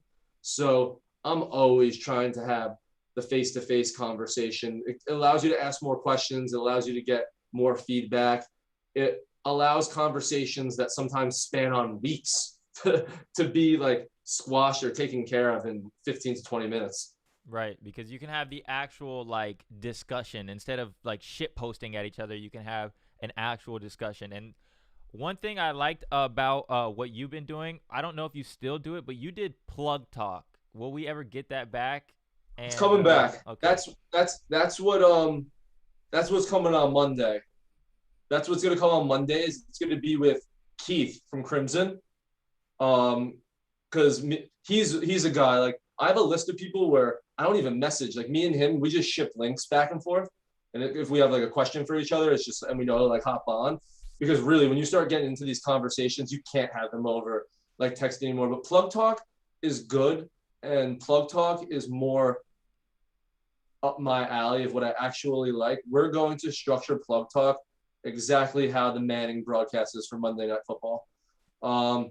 There's going to be, it's probably going to be one or two guests. There's going to be the racing going on in the background, but unless something crazy is going on with the races, like I'm not even going to call it. Like say it's me, you, and Crimson, like our horses will be in the race. We'll be throwing races with the chat, but we're not going to be commenting on the races. We may not even be talking that much about, we'll be commenting on Novus Earth and stuff like that. But like, again, there's Zed Daily, there's MJ Stables, there's all these great shows, ZNN. Like, I'm not trying to copy ZNN. Like, we're not trying to recreate what other people are doing. Ours is going to be more into like who are you? Like, what are you doing here? Like, we can like, how does your stable tell a story about you, right? Like, even the general question of like, imagine how long someone could actually talk about if I was just like, tell me about like 10 minutes why you name your stable name, what you did. Probably off the top, you'd be like a 5-second answer. Then when you think about it, it's like, wait, this, that I named this horse because of this. There's so much you can learn about someone as to like, because of like the assets they hold. And at the end of the day, these are assets that you have the right to name, that you have the right to breed, that you have the right to make different decisions about. So I really, really, really want to get to know these people and make it more of a metaverse and less of the virtual world where what you're doing is super important, putting faces behind names, getting more people out in front. That I think more great conversation happens on the back end, on the anonymous side. If people learn who each other are, people know who each other are. A lot of my best friends have come from stable duels now. Like, I didn't really talk to Arbitrage before the first Stable Duels episode. I hit him up. He's like, yo, I'm like, yo, you have the best stable. Can you come on Stable Duels? They won like 4 weeks in a row. Now me and Arbitrage like are always like talking to each other. So you don't understand how much, taking the extra step of actually having a face-to-face conversation makes you more willing and less anxious to just want to talk. At the end of the day, like, look, if me and you are going to be friends, we can't just talk about virtual horses all day, right? But to have our virtual horses be as successful as we want them to be, we should be friends. So it's like both things work in unison. Like, it's crazy to think how like me and you should be talking about, the Steelers, Seahawks, Super Bowl. And in a sense, that conversation, working on our friendship, also helps our stable. But too often the conversations that we all have like are about the horses, right? You don't actually know anyone. Like, I'm trying to buy a horse for $5,000 off you. Like, I don't even know who you are, right? Or like, I'm trying to trade with you. I don't even know who you are. So it's just about bringing people into the light who want to, and it's not for everyone. and it's not for everyone, but to those that are on the fence, I can say that people that have come live on stream for the first time, not just with me, just with anyone, have said that their relationships in the community in general have strengthened once people saw who they were, saw what they were about, got humanized, realized that, you know, oh, like once you can like see the person in your head when you're reading what you're saying, it just gives them more of like a human type feel to it. Right. Because you never know. Someone like on Twitter, I could be joking, right? But someone could view that 100%. as like me being a dick, right? But they just didn't get the sarcasm within whatever they were reading. Especially when you don't know, like you don't know, like we don't know any of these people, right? Like we're dealing with people like I don't like we've never met these people before what they said on Twitter, so I don't know your sarcasm, right? I don't know like or some people just suck at writing. I'm one of them. I get on Stanley sometimes and I'm like, you gotta like there's so many people that like it's not what you say at all, it's how you say it. And like the social media aspect of it, just always like if you're tweeting something, it's always gonna sound a certain way. But if you just say it to me and say why you're feeling it that way, it's like, yo, what you're saying is 100% right. But because of the way you said it, I'm just not gonna listen to it the first way. So there's so much of just having conversations. And that's why I tell people to stream, because even if people don't watch live, you can always save that stuff. And there's so much, hey, I'm saying this and no one understands what I say. Like, here's 30 minutes of me talking about it live.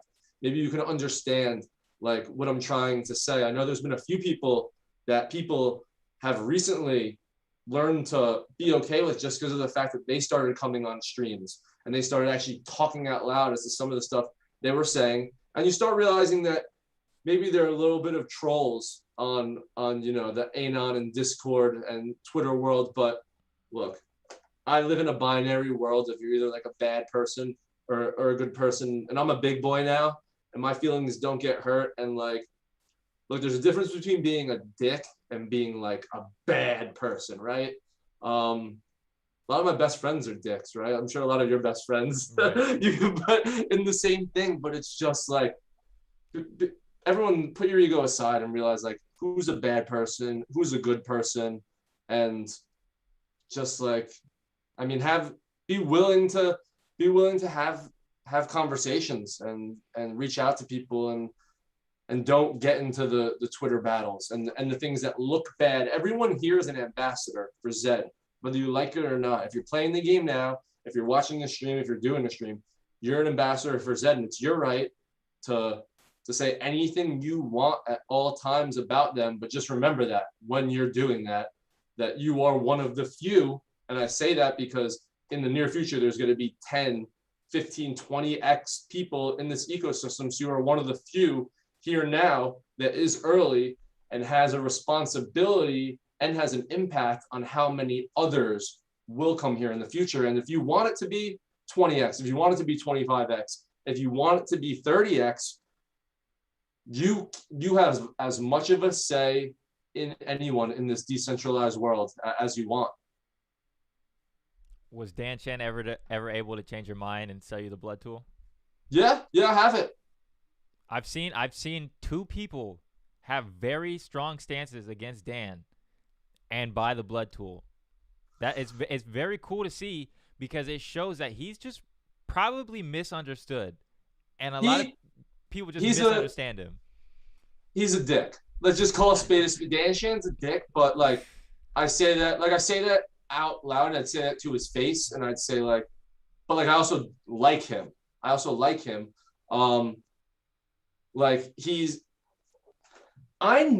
my thing was never the like his Zed thing. Like I just always thought he was a scumbag, and that was me again being holier than thou and being like, oh, he talked bad to me, blah, blah, I'm not gonna shit on like what he does, blah, blah, blah.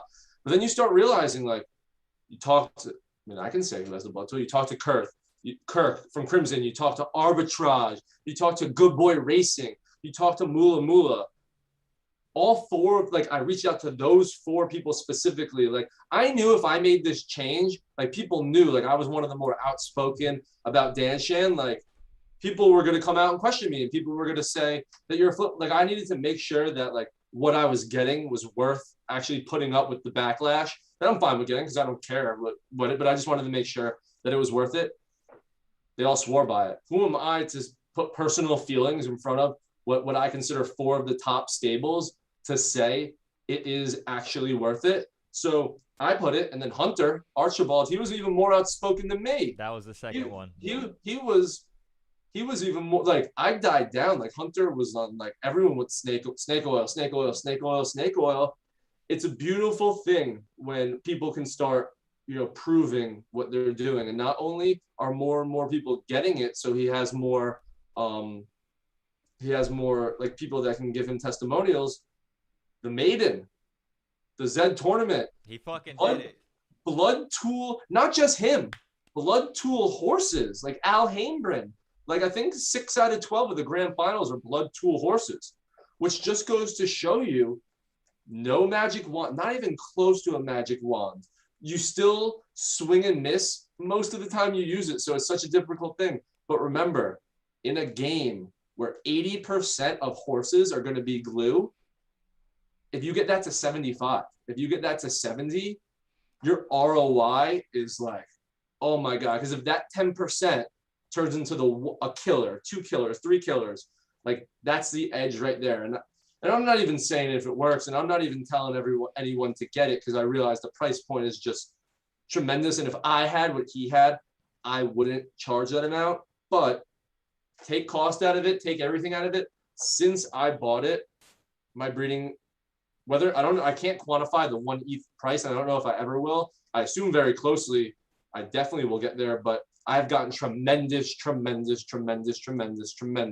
value out of it. So that's maybe the one example more than any of drop your ego. I would have probably 3 months ago walked out of Zed before dealing with him. And now, I deal with him all the time. I still think there's things where maybe out there, you can watch how he talks to people. If he wants to be someone that, worries about, but again, he's not worried about selling he's not like, I'm worried about fostering an environment, right? Where I want everyone to love each. Not everyone has to be that, right? Like, not everyone, like the reason I'm here is no better than the reason everyone else is here. Dan Shan is a businessman. Dan Shan is a gambler. Dan Shan loves horse racing in real life. He loves all these other sports that are like the track and field sports. This is up his freaking alley. Like this, he's a killer. He's making the blood tool like so he can win the game.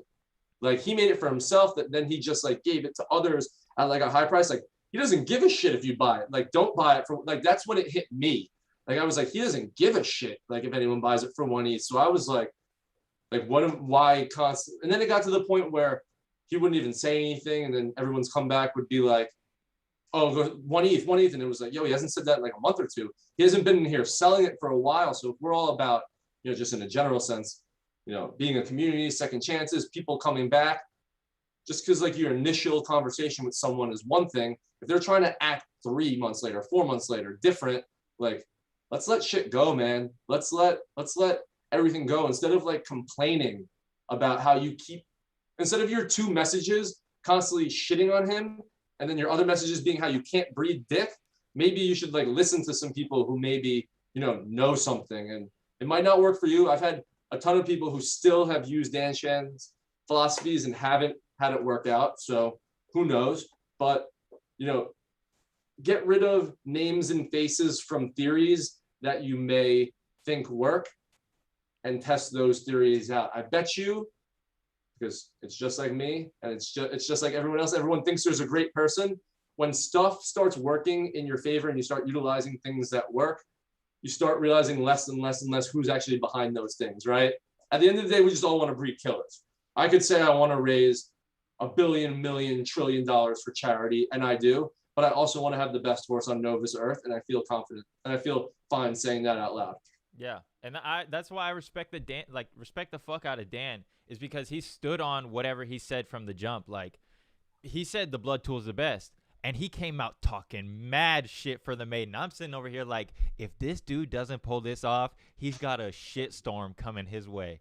And he fucking killed it, and I was like, I respect the fuck out of Dan. Yo, the thing that's hysterical, me laugh, like the blood tool like has its Discord, and that's like honestly what I think the 1 ETH is, like more than what he gets. Like it's like the conversation with these tops, like you don't see these guys in Discord, and this is where they are. Like I can get to 2 fools, I can get to like these great guys, and it's just like he should be promoting that aspect of it honestly more, because that's the knowledge. But yeah, we were laughing about it because even if he didn't win, half the horses on that leaderboard were blood tool horses, like towards the top. So like I came in 5th. Al Hambren was up there with the regular tournament and the maiden. Like most like there's Dan Shan horses, but there's also blood tool horses which are an extension of Dan Shan horses. So he's just getting his stamp all over the place. And what are you gonna do? Like, what are you gonna do? Is he rough around the edges? Yeah. Does he call people names that I think he shouldn't call people? Yeah. But I'm also like, I'm a 27-year-old man, and this is gambling, this is investing, and this is sport.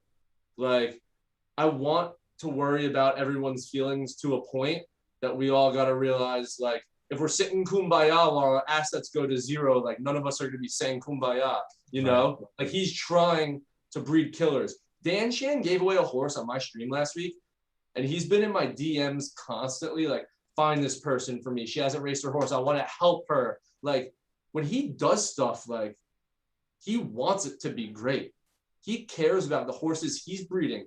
He doesn't put fire on these horses' names for no reason. He knows if he puts fire on a horse's name and it's shit, it's a chance for all the people to come out of the woodworks and be, your shit doesn't work. The blood tool sucks. Like, here you go. Like, he's got balls. That's like the one thing you can say about Dan Shan is he's got balls, he's got stones, and he doesn't give a shit. And I don't know the man personally. I don't need to know him personally. I maybe never need to have a relationship, or probably won't have a relationship outside of with him on Novus Earth. But, you know, for now, I respect him. And, you know, I don't agree with everything he said, but I would go as far as to say, I think he would say the same thing. We're friends now. We're friends. We're good friends now. Yeah, and it all starts with respect, man. And even going back to the people that changed their minds on him, like, in today's age, people get mad at someone for changing their mind. So I respect anybody that's changed their mind on Dan and come around full circle. Without naming names, we could step back into a more general sense, just talk about what happened in our world, you know, over the past, like, you know, few years. You know, there was these people shitting on, like, a man or a side or a belief, and then people that followed this person kind of woke up and realized, like, okay, like, I don't want to be involved with this anymore. Let me change my mind. And then these people, instead of being there with open arms, it's too often like, told you so, we don't want you, like, shitting on you. It's like, wait, so what do you want? You want them supporting this person? You want them supporting you? You just want them doing nothing so you can make fun of them that you were wrong? You clearly don't care about your side. You just cared about being right. It's just shitting on people for changing their mind is kind of one of the worst things you can do in society, and probably the worst thing you can do in an emerging ecosystem like we have now, where nothing's set in stone. Like we don't know, like, we know nothing.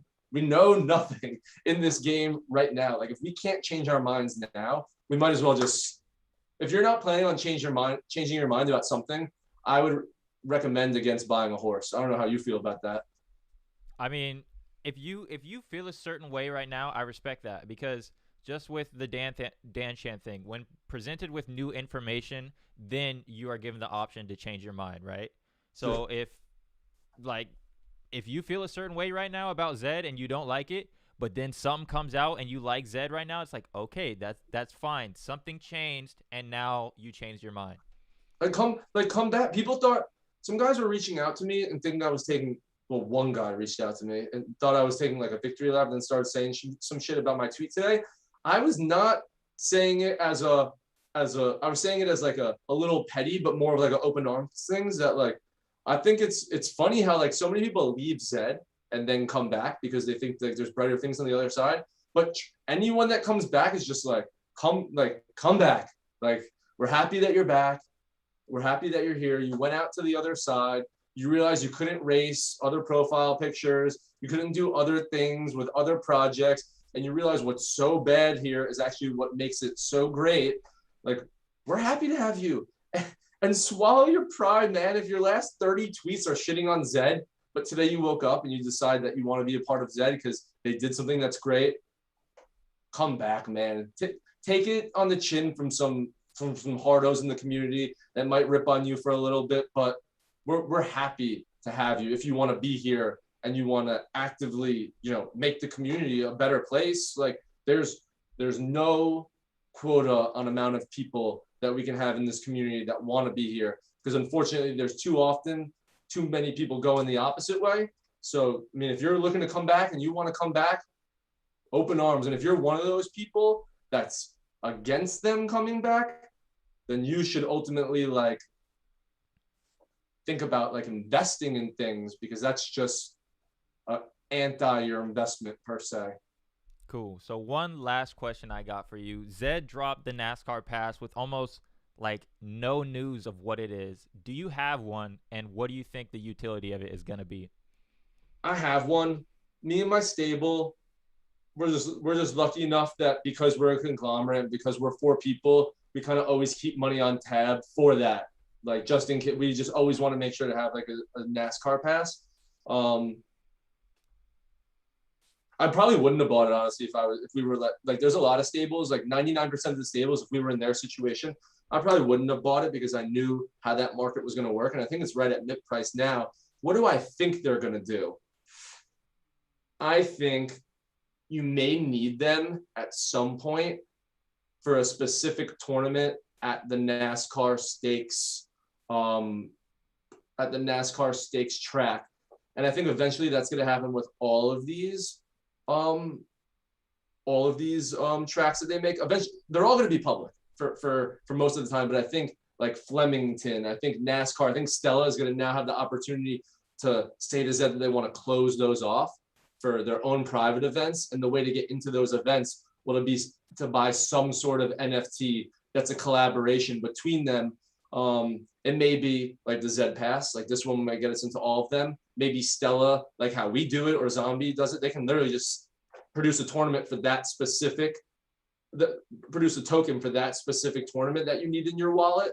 So I think at first it's gonna be for some sort of, it's gonna be a social token into some sort of tournament type thing, and for their sake, I hope they get on it soon, because I slowly see rumblings on Twitter and Discord that a lot of people bought them and are not quite sure what they're for. To those people, I also say shame on you, because if you buy anything in the Zed universe that isn't a horse and there's no news about it in a month, you should kind of take that as status quo and always factor it into any amount of money that you're willing to put into a purchase price. Do you know about like the Fortnite Battle Pass? No. But I know, like, look, the reason why I'm so into, like, I'm not really a gamer per se, but the whole reason why I'm into the NFT space in general is one sentence, and it's Fortnite skins. The amount of money that people spend on Fortnite skins, like, imagine if they could own like the actual stuff. And when I heard that was just like the easiest selling point into Top Shot, and then from there it kind of just went. Yeah. So with Fortnite, you would buy the Battle Pass. This is what I'm thinking they're going to do with the Zed Pass. You'd buy the Battle Pass, and level 1, you get 2 skins for your character, right?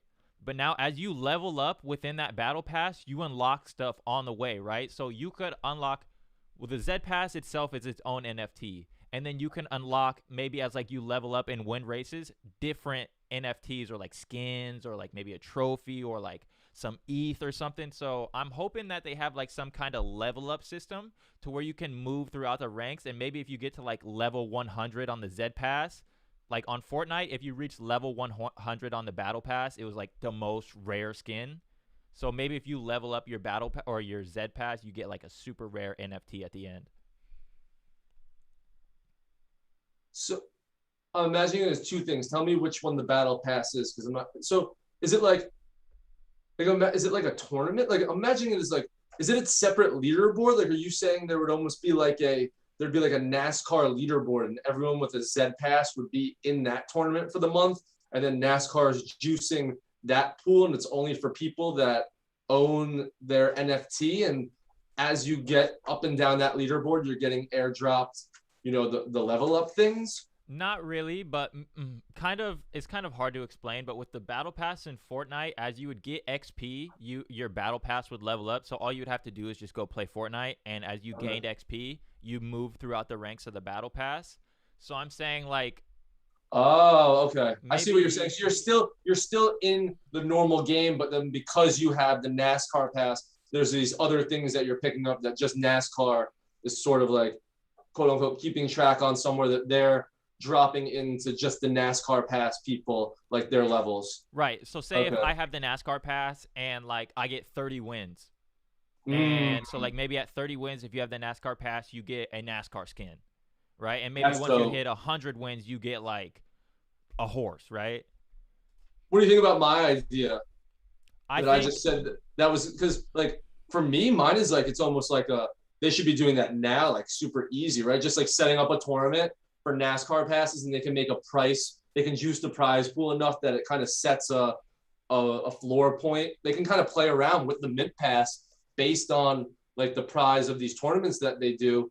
And then, like you said, once they start getting people involved and make the market kind of go back up on those passes, then you introduce this level up system where do you see like a separate like how NASCAR has their own like NASCAR NFT website where you can see your horse and like what level it is specifically for like and like you're saying there's just like the NASCAR levels like 30 races, 45 races, you win 50 races, certain ETH amount of one. I guess they would have to keep track of those.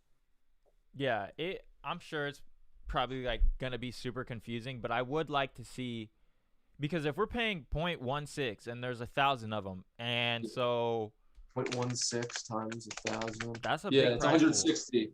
Whoo, whoo, that's big money right there. So yeah, if you're doing tournaments with that, like I'm down for that all day. Yeah. Yeah, and then I mean, there's always the there's always the social tokenality of these things that I think people forget about.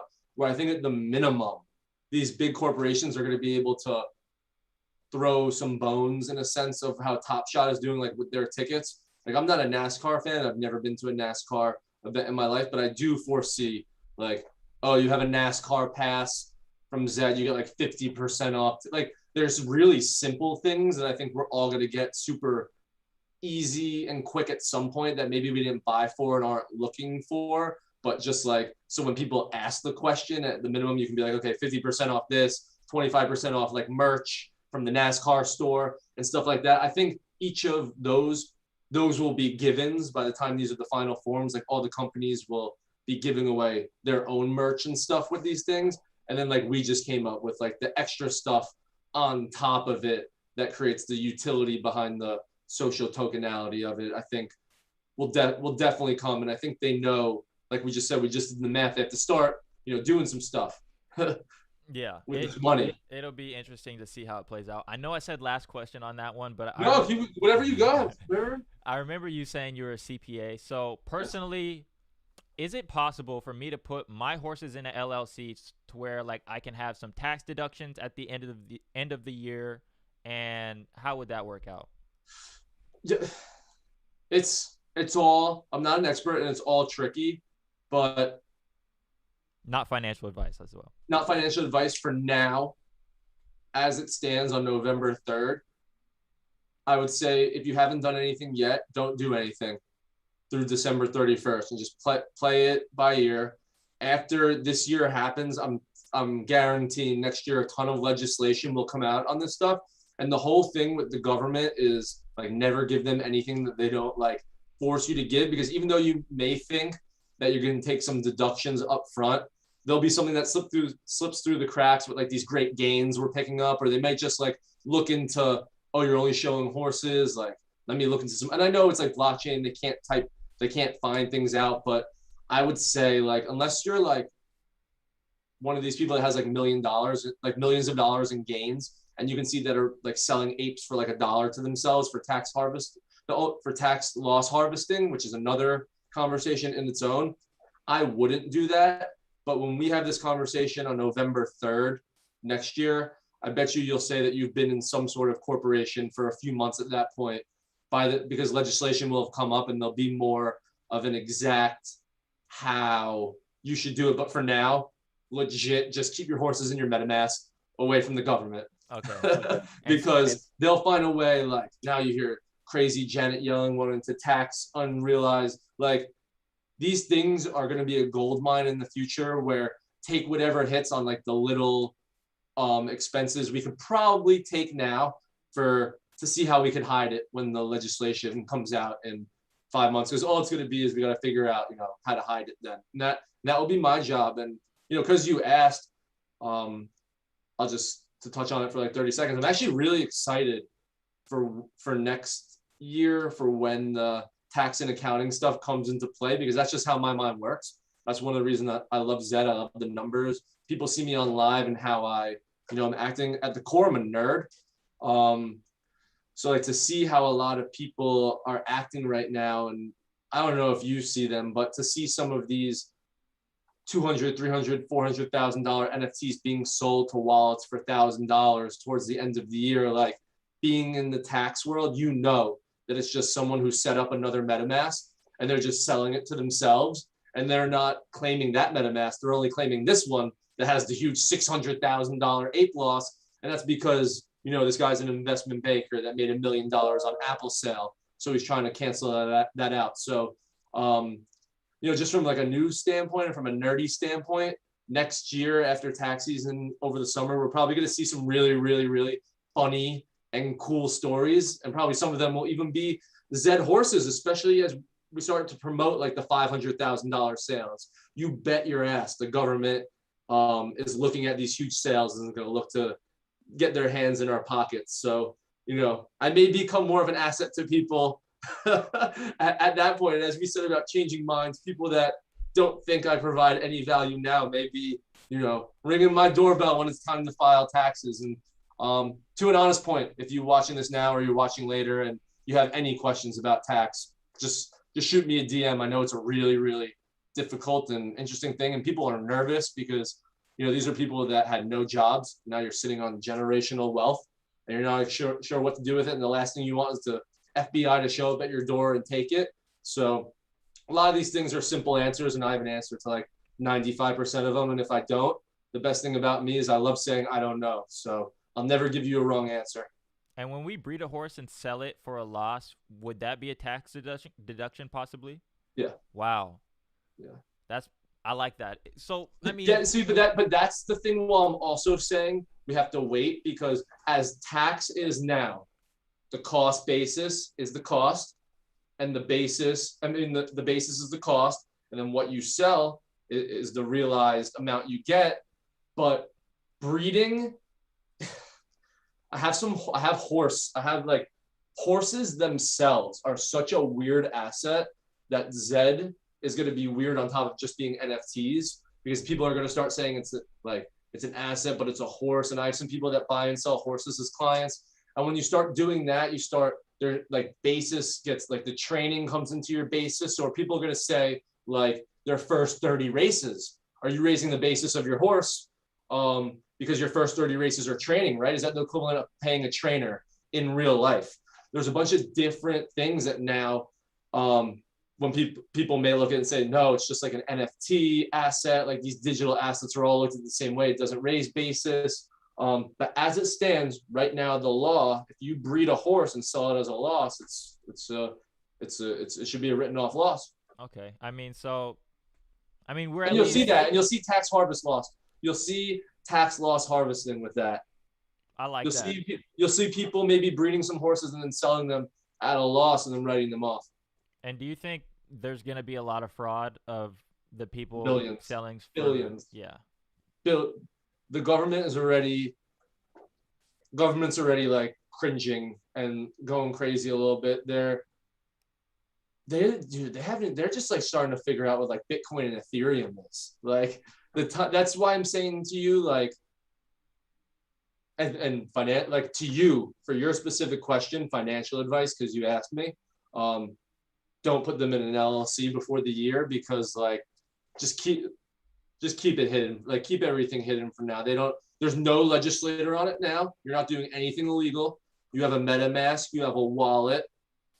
There's no one saying anything about anything. And that's the way it's going to be until something is written in an IRS mandated release that they have and that they want us to follow that says this needs to be with that. Until then, but also don't tell your accountant, because your accountant would have to put it on your books. And So I remember doing taxes last year, and there was like one small box that said like, "Did you trade, convert?" there's a box. It's like for my system, it's like one of the second or third questions you have to answer in the system, or else it won't let me e-file a tax return. It says like, do you own crypto? Do you own virtual currency, virtual assets, like all this stuff, blah blah blah.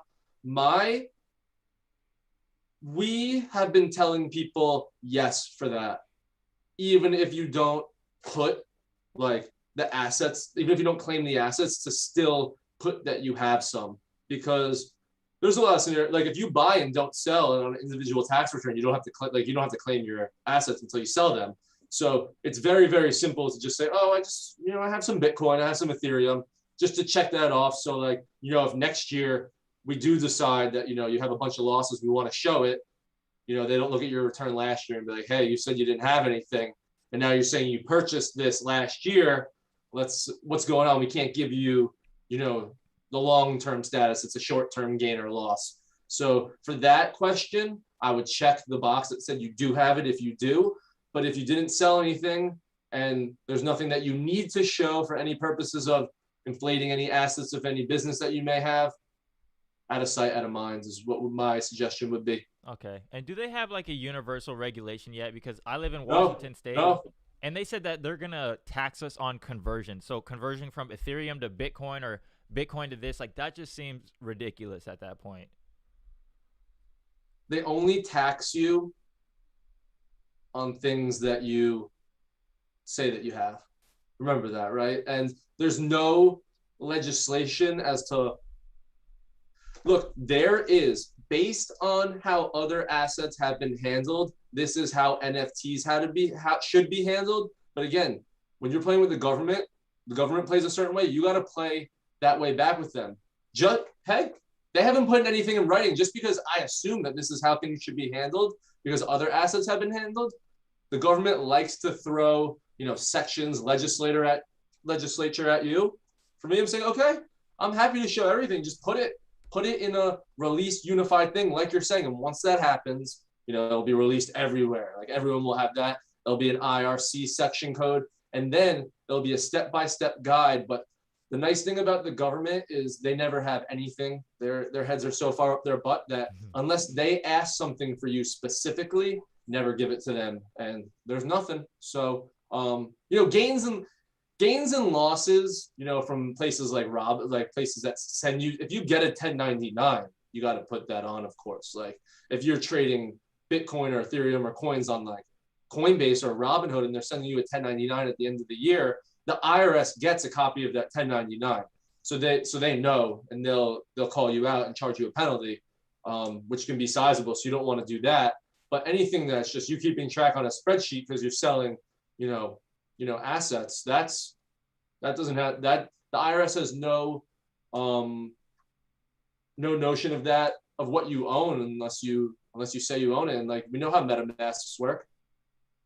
Is it a taxable event when you sell for Ethereum, or is it only taxable when you go back to fiat? They want to tax you in both. That seems ridiculous. They want to tax you in both, but again, it's not like the only time it's so tough, and it's so tough because if you're doing it on these services like Coinbase and Robinhood, every single time you buy and sell, it's a notable transaction. So both ways, like it's just as soon as you buy the Ethereum, if you sell it, like it's crazy. So when you're dealing with the currencies, unfortunately, that's when I tell people to be a little bit more, like if you're buying or selling the Bitcoin and the Ethereum, even if you're if you have a lot of Doge or like some of the more mainstream ones, you may want to show a little bit of that because those are the ones they're cracking down on because they will tax you on those. But yeah, they're trying to, when I saw Janet Yellen saying that thing about unrealized gains, I was dying. It's like, no one's going to invest anymore. And it's just crazy. But yeah, a lot of things that happen in the Zed world are taxable because of the amount of transactions there are. Scary thing, but also another opportunity I bet you by the time next year there'll be a Know Your Horses for tracking assets, or maybe Know Your Horses will even do it where that's a service that you can have. I know there's other NFT ones that are popping out for tax time that you can use for Zed horses, but there'll probably be a Zed specific one where you print out a CSV Excel file at the end of the year, cost, profit, expense, everything, a spreadsheet of P&L. I've thought about dabbling in it, but not yet. If we're at this time next year and no one has come up with, a help guide for Zed taxes, I'll do something with it. But I never like to mix business with pleasure, so I've tried to keep these things as opposite as possible.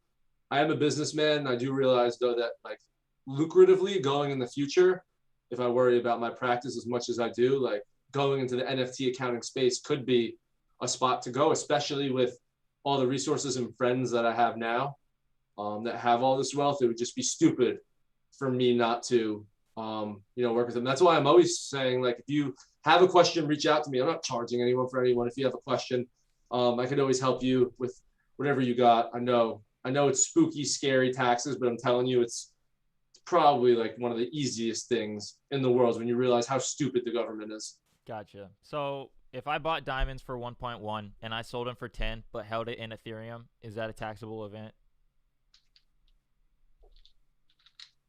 Because I'm still in the Ethereum currency, even though I flipped an asset, I'm like still in that currency and I haven't went back to fiat. That's where I feel like things get really confusing. It's confusing because the government doesn't know. Again, it's like we're not saying, like, me and you, like this like I'm not saying I don't know because like I don't understand what they've said. They just haven't said anything, and they keep saying cryptocurrency is a currency, and then at the same time they say it's not a currency. So what you said is just an example of, like, say I bought diamonds for a Jeep Wrangler, and then I sold diamonds for like a Jeep Cherokee. It'd be kind of tracked like the fair market value of like those assets, right? And it's weird when Ethereum has a perfect exchange rate per se. It's like, it would be, I would say it'd be it'd be taxable. It'd be taxable. Yeah. It'd be taxable. And also should, like, if I just look at it from like what it is, it like makes sense. That's one of those where I'm like, it's okay. And as much as I hate the government and hate taxes and like want to be like, let's pay as minimum tax as possible, like that's one to me that it makes sense that tax is paid on some number, right? Like, as much as you don't want to pay tax on anything, like just as someone who understands, money and how the world works, like, hey, you have a cost and you sell it, no matter what the currency is, it kind of makes sense to at some point you have to pay tax on some sort of gain. So yeah, I would say that there was taxable. Again, as legislature is passed on, it's going to really depend on when this year, if they finally decide to make Ethereum like USD, like every other currency of every other country, or if they say it's a stock and it's like you're using a stock to buy something, because those two things are treated a little differently. Both taxable in different means. Some has a basis involved with it. Some of it doesn't have a basis involved with it. Depending on how they say it, you may get taxed on the difference. You may get taxed on the whole thing. So for now, the good thing is if you don't say it, you don't get taxed on it at all. And then it's just, keeping track. I have a nice spreadsheet of everything that I buy and sell and on the date that I do it, just because that's another thing I tell people, track the dates. More importantly, you can always look up the price of Ethereum on the date. You just need the date. So always track the date and the cost and the price, because they fluctuate. And if it turns, like, you don't know how they're going to want to tax things, if they're going to tax that they need the conversion in USD. So it's always just have what you need, but don't show anything until they ask you for it. Awesome, man. Where can people catch you at, Zook? Twitter, Instagram. No, not Instagram. Twitter, Discord, Twitch. You find me popping around. I'm on Pony Plug. I'm on as many other streams as I can. Really, like, I'm pretty bad with my DMs, to be honest, because like I don't have many friends in life, so I don't really answer my phone. And now, like, I wake up sometimes and like I have a bunch of DMs. I don't get mad if you reach out to me and I don't answer for a day or two, and then you reach out to me again with the same exact question. I actually prefer that Because the thing that I hate most is when I look like 7 days later and I miss the message. It actually genuinely makes me feel bad. So just reach out to me. Tax question, Zed question, sports question, life question. I'm happy to help. I really, really, really, really love helping people with their horses. So if you have a horse that you don't know, like exactly what to do with it, send it my way.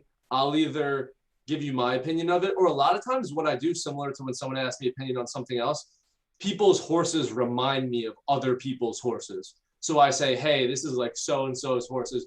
Go check out with that. But that's even more about just, now those two people have a relationship and just spreading out friendships. So yeah, check me out on any of the social medias. I'm in the Zed Discord. I'm on the Pony Poke Discord, Sean's Discord, Know Your Horses Discord, Zombies Discord, all the major players. Just, have fun with what's going on.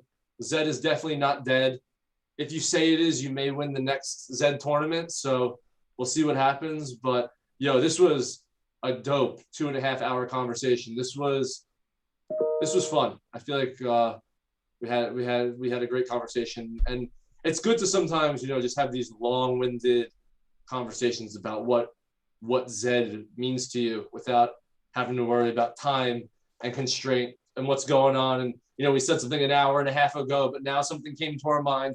Let's bring it back up. This was a lot of fun. And it's a series, like I said, at 12 at noon. I work very hard from like 8:30 to lunch, and then when lunch starts, I kind of turn on whatever podcast I want to listen to, and then my day kind of goes down from there. So, this fits perfectly, and definitely, Zed is looking for some more like everyday shit. Like we have like the once a week stuff. Like I think this is perfect, and I've listened to everyone. I mean that. Like I've listened to everyone so far. So I'll definitely be out there championing this, and hopefully can come back on soon. Fuck yeah, man. I'm excited to have you back on. We fucking went for 2 hours, had a great conversation, and it was nice to meet you, bro. Thank you, sir. And like GVG for Stable Duels is next week, but then we release the next 4, and you'll be on that. So you'll have to be out there getting people to vote for you. And I have a feeling it may still be Lucky Jack, so maybe you'll be the one to take him out. All right, Lucky don't want no smoke with me. Nah, Lucky. The crazy thing about Lucky is he does want all that smoke, and he keeps beating people, which is crazy. But someone will take him out soon, and we'll see who it will be. And within, it could be you in 2 weeks if the people vote that way. So we will see. You got the stable that can do it. A lot of people that got the stable that can do it. It's just about showing up on that Tuesday night and doing it. But we will see. I'm there, bro. Just hit me in the DMs, and I got you. I got you. Thank you so much. Like I said, I genuinely mean it. This was one of my favorite conversations. We haven't really talked much or at all in person. So I like the fact that we just kind of did roll it 2.5 hours, whatever we want to talk about. And if you ever, not that I know more people than you, but if there's anyone that, you see in the ecosystem that you see me talking to that you want to come on, I can always get, anyone to pop on this. I know a lot of people have stuff they want to say, don't stream themselves, and would love to come on and be a guest. Hell yeah. And if you ever want to recommend people to me, I'm here. I'll be here Monday through Friday. So okay. I'll bring everybody up. Trust me, I'm going to take advantage of that. I got a ton of people to send your way that got stuff to say. And, I'm kind of not doing the show that, can do that. And you kind of are. So I would love to send them your way. Hell yeah, man. Thank you for the conversation. Perfect, brother. Have a good one. You as well.